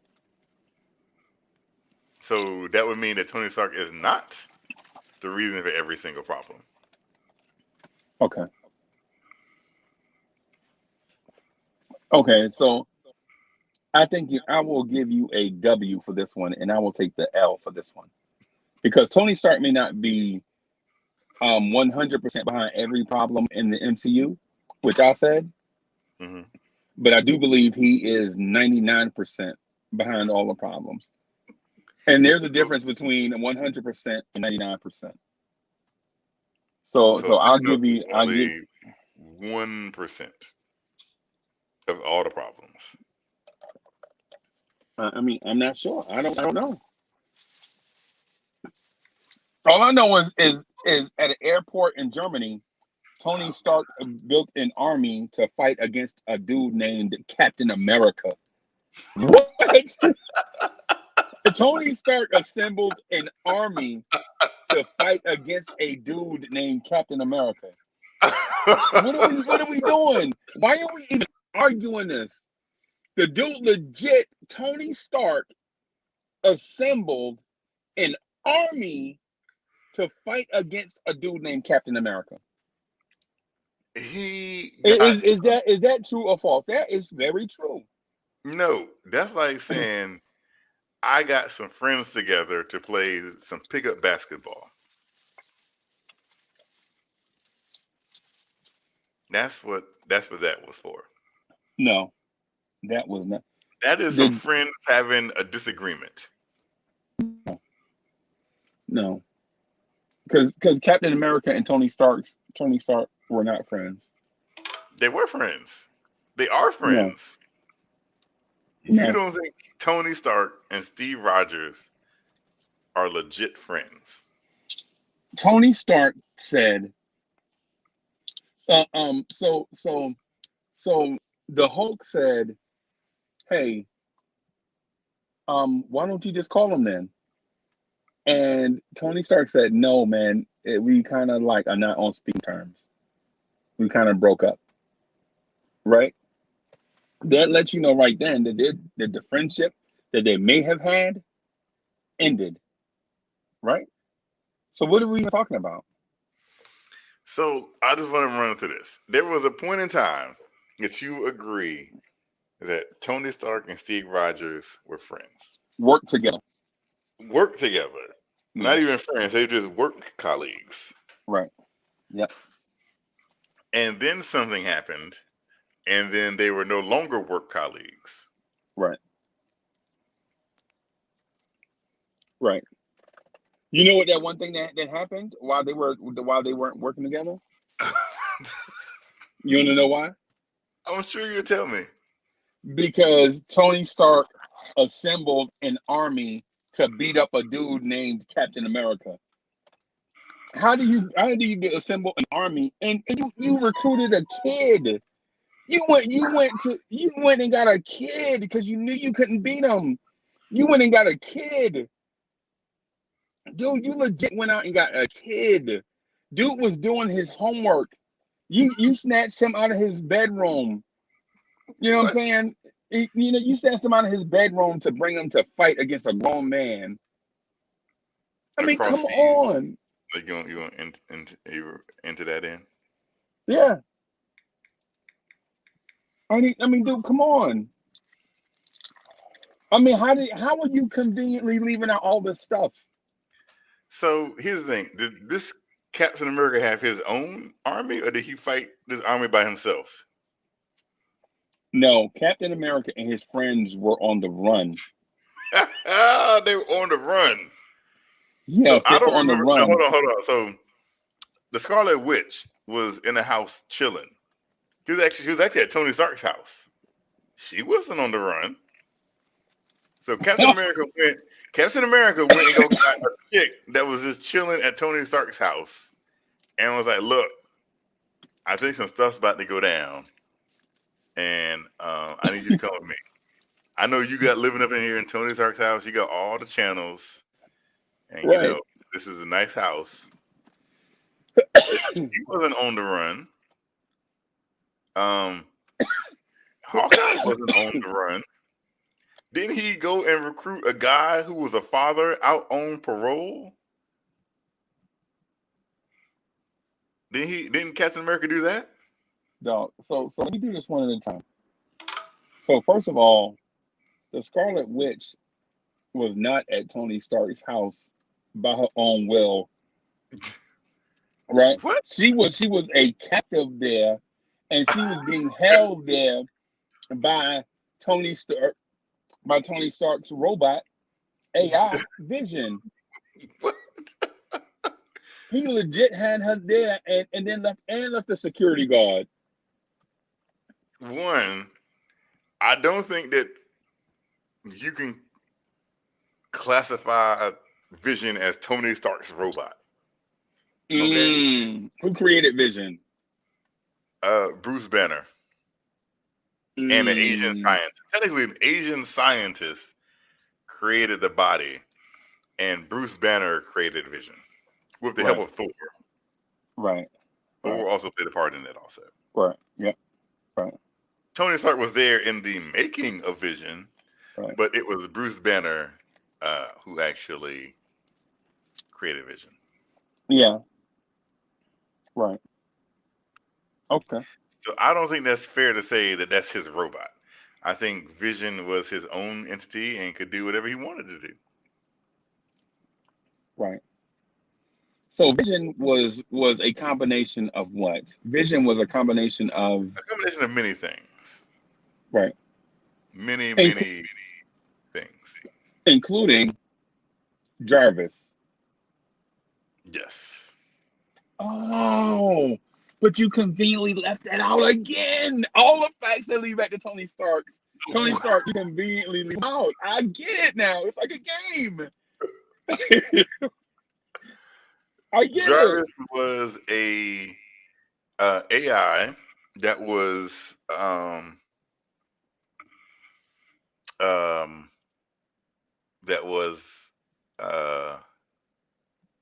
a integral part of a multi-billion-dollar company.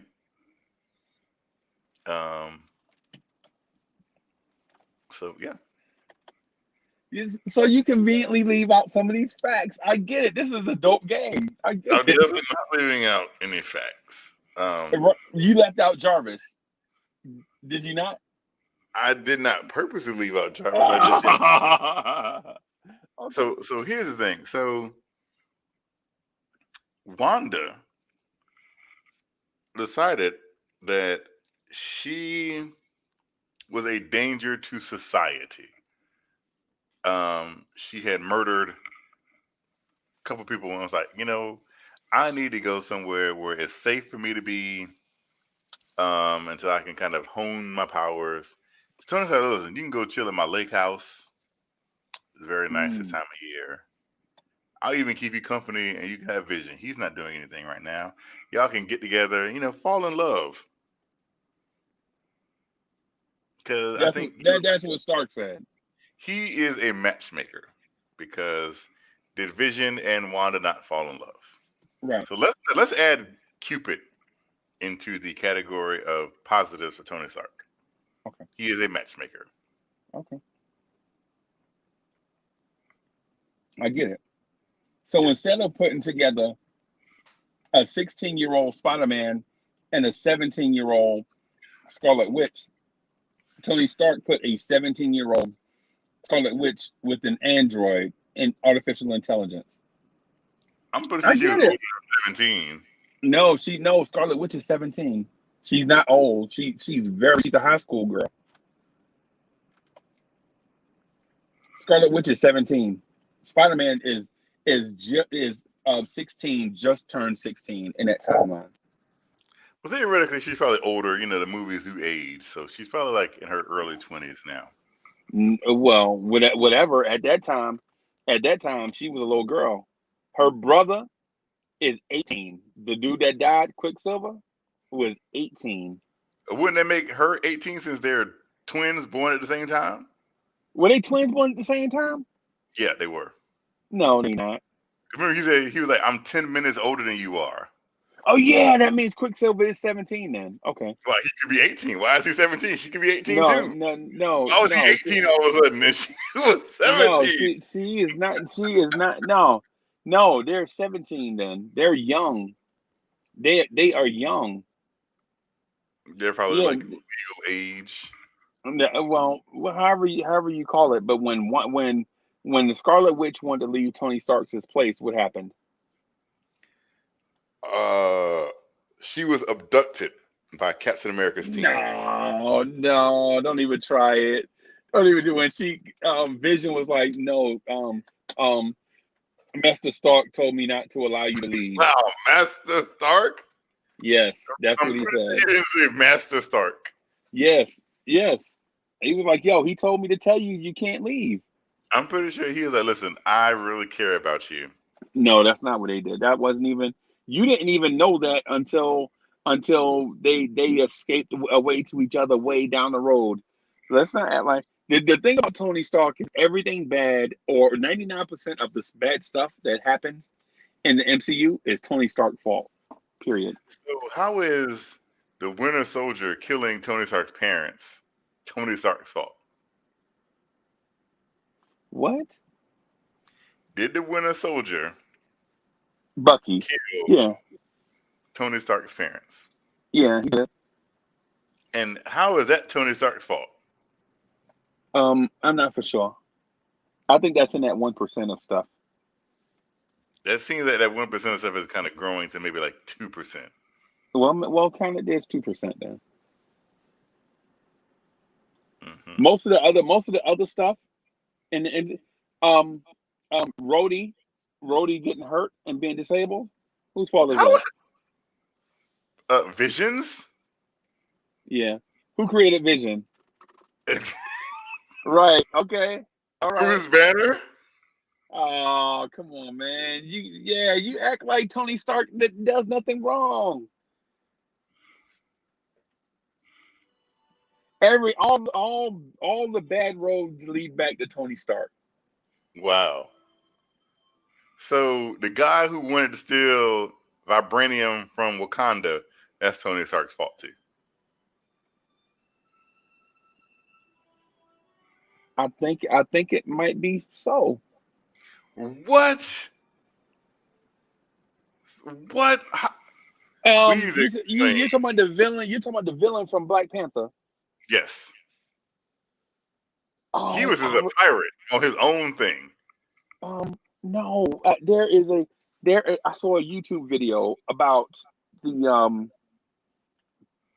There's a YouTube video about two Tony Stark villains that wind up not being who you thought they were, and one is the villain from Black Panther, and the other is who was the weird anti-villain in Iron Man 3? The You guy, thought I know the who he Asian is. the Asian actor dude. I forget what his name is. He had been Tony Stark's arch rival for like 50 years, and then Iron Man 3 comes out, and then they play him like he's like just an actor. You know who I'm talking about. I know who you're talking about. I just don't know his name. Oh my gosh. I saw a YouTube video on it. And the roads to both of them lead back to Tony Stark. And I can't remember. Oh So again, my goodness. this guy was scavenging vibranium for years to sell on the Yeah. black market. Yeah. And he got hooked up with Killmonger, who wanted to come in because the Black Panther's father killed his father out of revenge, and they wanted to take over Wakanda. Right. And this is Tony Stark's fault too. Yeah, Tony Stark deserves blame for a lot of stuff. So how is the Black Panther's father killing Killmonger's father, his own brother at the time, Tony Stark's fault? I'm not for sure.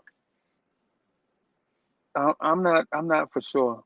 It's I think that's 2% growing a little bit more. no, man. No. What about Rhodey being disabled? How about that?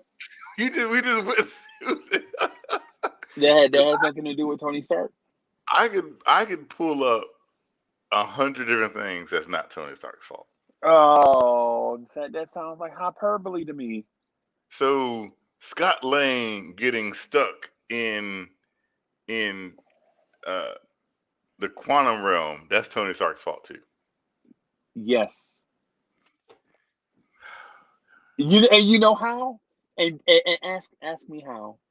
How is that? Because of the interaction between Hank Pym and Tony Stark. And there's a backstory to that.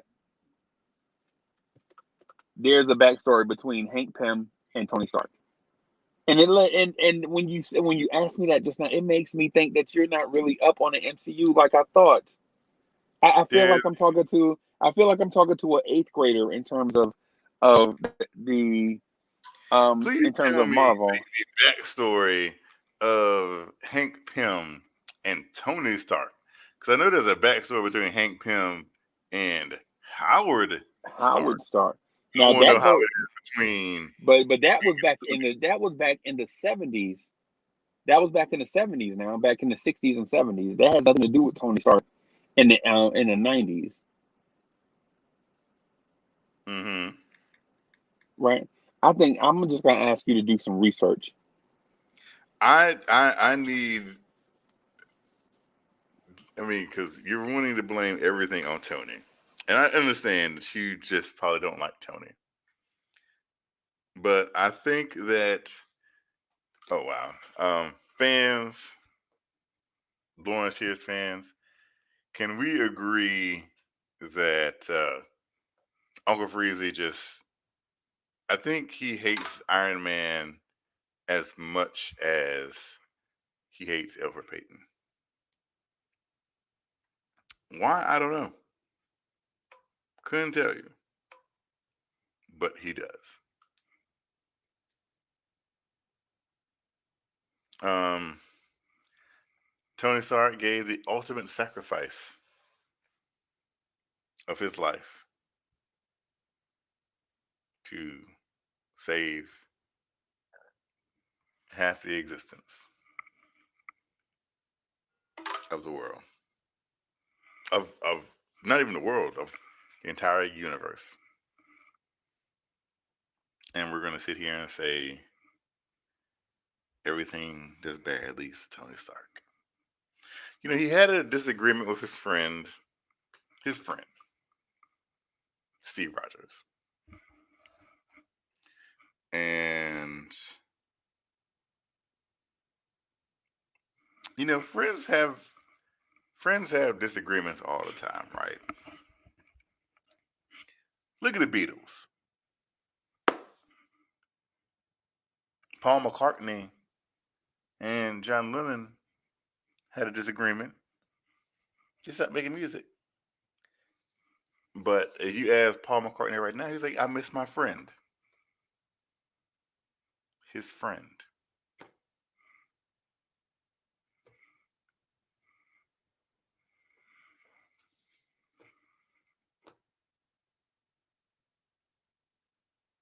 Shaq and Kobe had a disagreement. But Shaq would say, I miss my friend. You know, friends fight. Brothers fight. But at the end of the day, they know that their love for each other will carry on. I, Sean Hawkins, am not a big black, like, I've seen it. I'm not a fan of the show.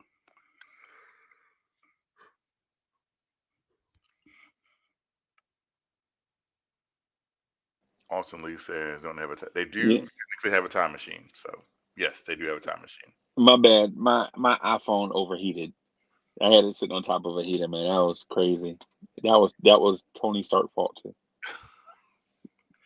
Why don't you like Tony Stark? I never said I disliked him. It seems kind of like you have a Alfred Payton kind of thing going on with Tony Stark. No, I don't have an Elfrid Payton axe to grind with Tony Stark. The axe I do have to grind is about how the um, Marvel Cinematic Universe is laid out in a way where people think Tony Stark is the superhero, and that the only storyline throughout the joint is the Infinity Saga. It didn't build up to the Infinity Saga. You said that the other night, and I patted myself on the back because I was like, yes, I know more than Hoodie Cav What? about the MCU, Explain, please. because you said that the all the movies in the Marvel Cinematic Universe led up to a crescendo, which was the Infinity Saga, right?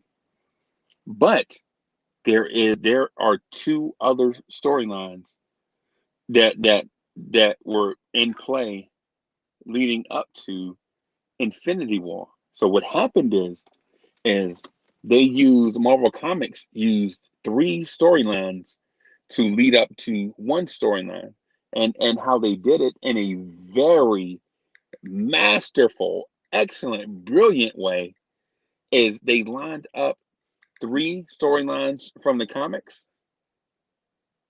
in order to draw people in, and they put them in order of popularity. And so the most popular by comic book sales is Infinity War, right? The second most popular was um, Civil War, and the third most popular was Age of Ultron.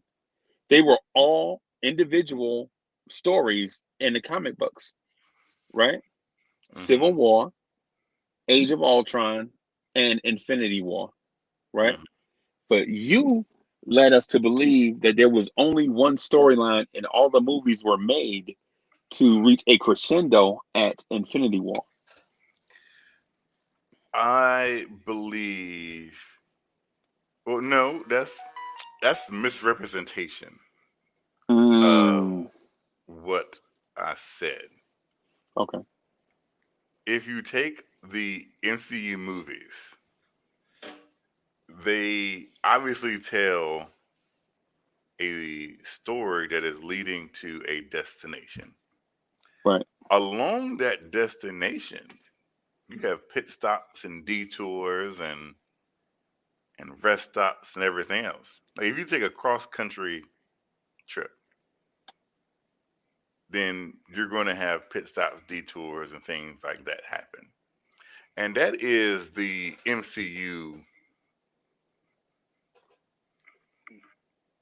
uh, the MCU arc. It led to a crescendo, but along that way, you had different routes and destinations and things like, oh, look, if we take this exit, we can go see this monument over here. Let's go this way. That's not the We're way you gonna put it get the other back, day. but we're gonna get back to here. The Well, other day even you didn't put it that way. The I other day wasn't as I wasn't you as said elaborate. you said MCU stands for Marvel Cinematic Universe. Remember you remember you stated that? The Yes, I did. C the C is for cinematic. Yes, That's what you and so when you said that I was like, that is an excellent way to put it, except I've known Marvel since like 1970. Like I read this stuff. I know this stuff.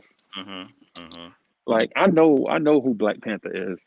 You know what I'm saying? I knew who Black Panther was before the dude with the cool suit jumped out the tunnel. I already knew that. You know what I'm saying? That didn't shock me like learning new characters and stuff. I already knew who he was. You know what I mean?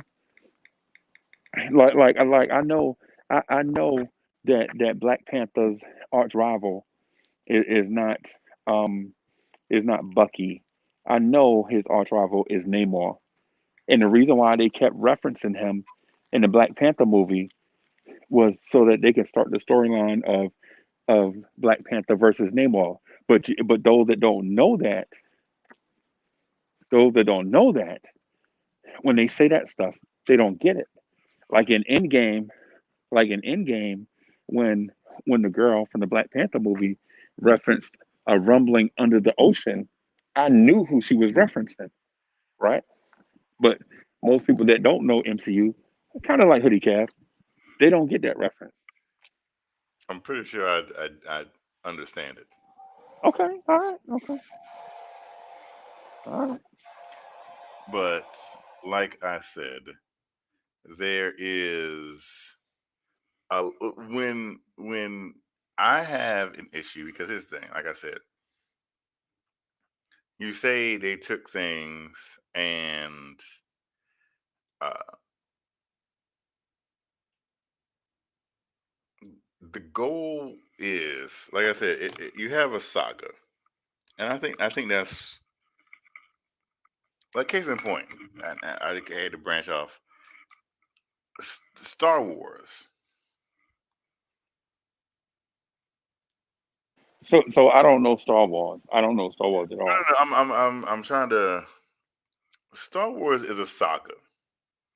It is the saga of the Skywalkers.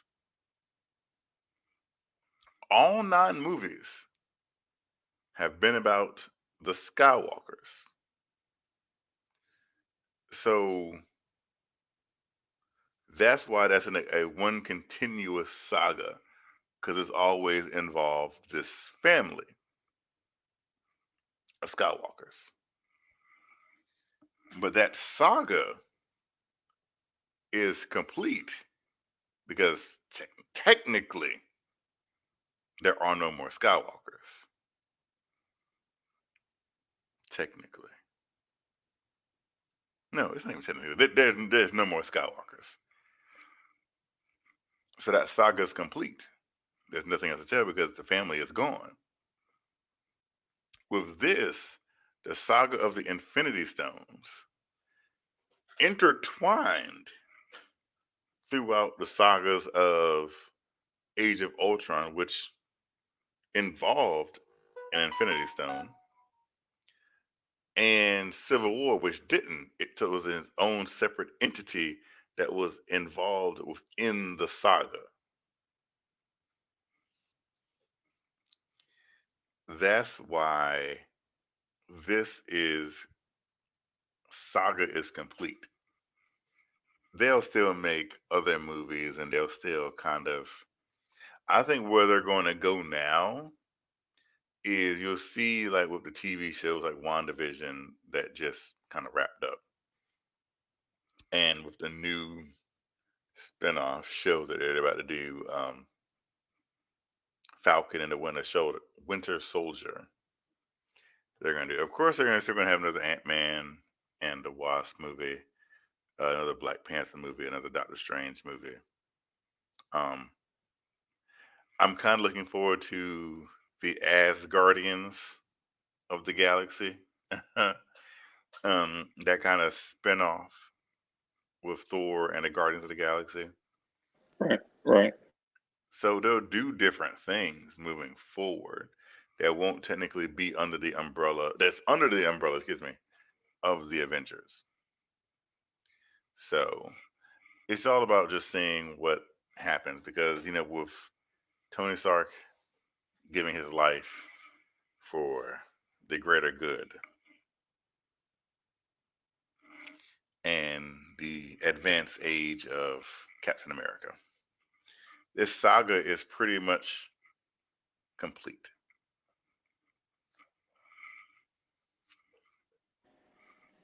Do you know why? Do you know why he did? He gave his life? Because he's an OG. No, because he did so many things wrong. Oh He God, had to redeem himself. really? It wasn't because that was the only way to save half of the exist. No, not even half. At that point, to save all of existence, he took a selfless act and laid down on the sword so that everyone else can live. No, Because I'm pretty sure that's what happened.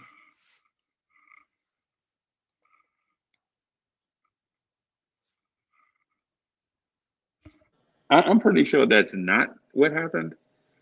I'm pretty sure what happened is Doctor Strange saw everything that happened in Tony Stark's life, all the possibilities, Just in Tony all the Stark's stuff. life, Yes, all not the things, every other thing. all the things that he did wrong, and the only way he could redeem himself is by doing that one thing. But how is that redeeming Tony Stark? And the reason why he didn't tell Tony, because he knew if he told Tony what he had to do, he would have still messed it up. Oh my God. This is that Alfred Payton bias right here. This is what I'm talking about. Because Doctor Strange saw 14 million possibilities of what could come. Not just with Tony Stark, with everyone. Um so he didn't tell Tony because if you tell any man, listen, you have to make this sacrifice. And I don't know if it was just a choice he had to make or whether or not it just had to be like that selfless kind of thing. Because if you ask any person, hey, I need you to lay down and take one for the team, most people are going to be hesitant because most people want to live. Right? Um,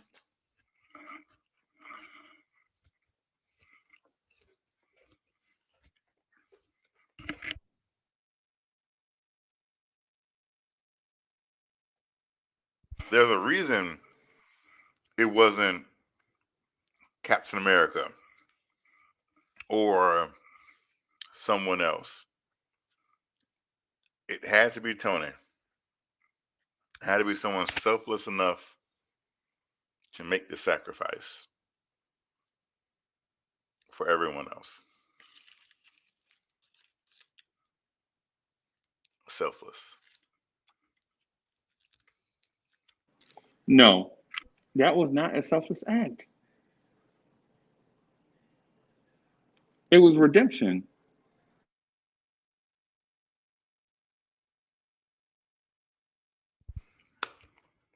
Redemption for what? For all the mistakes he made leading up to that point.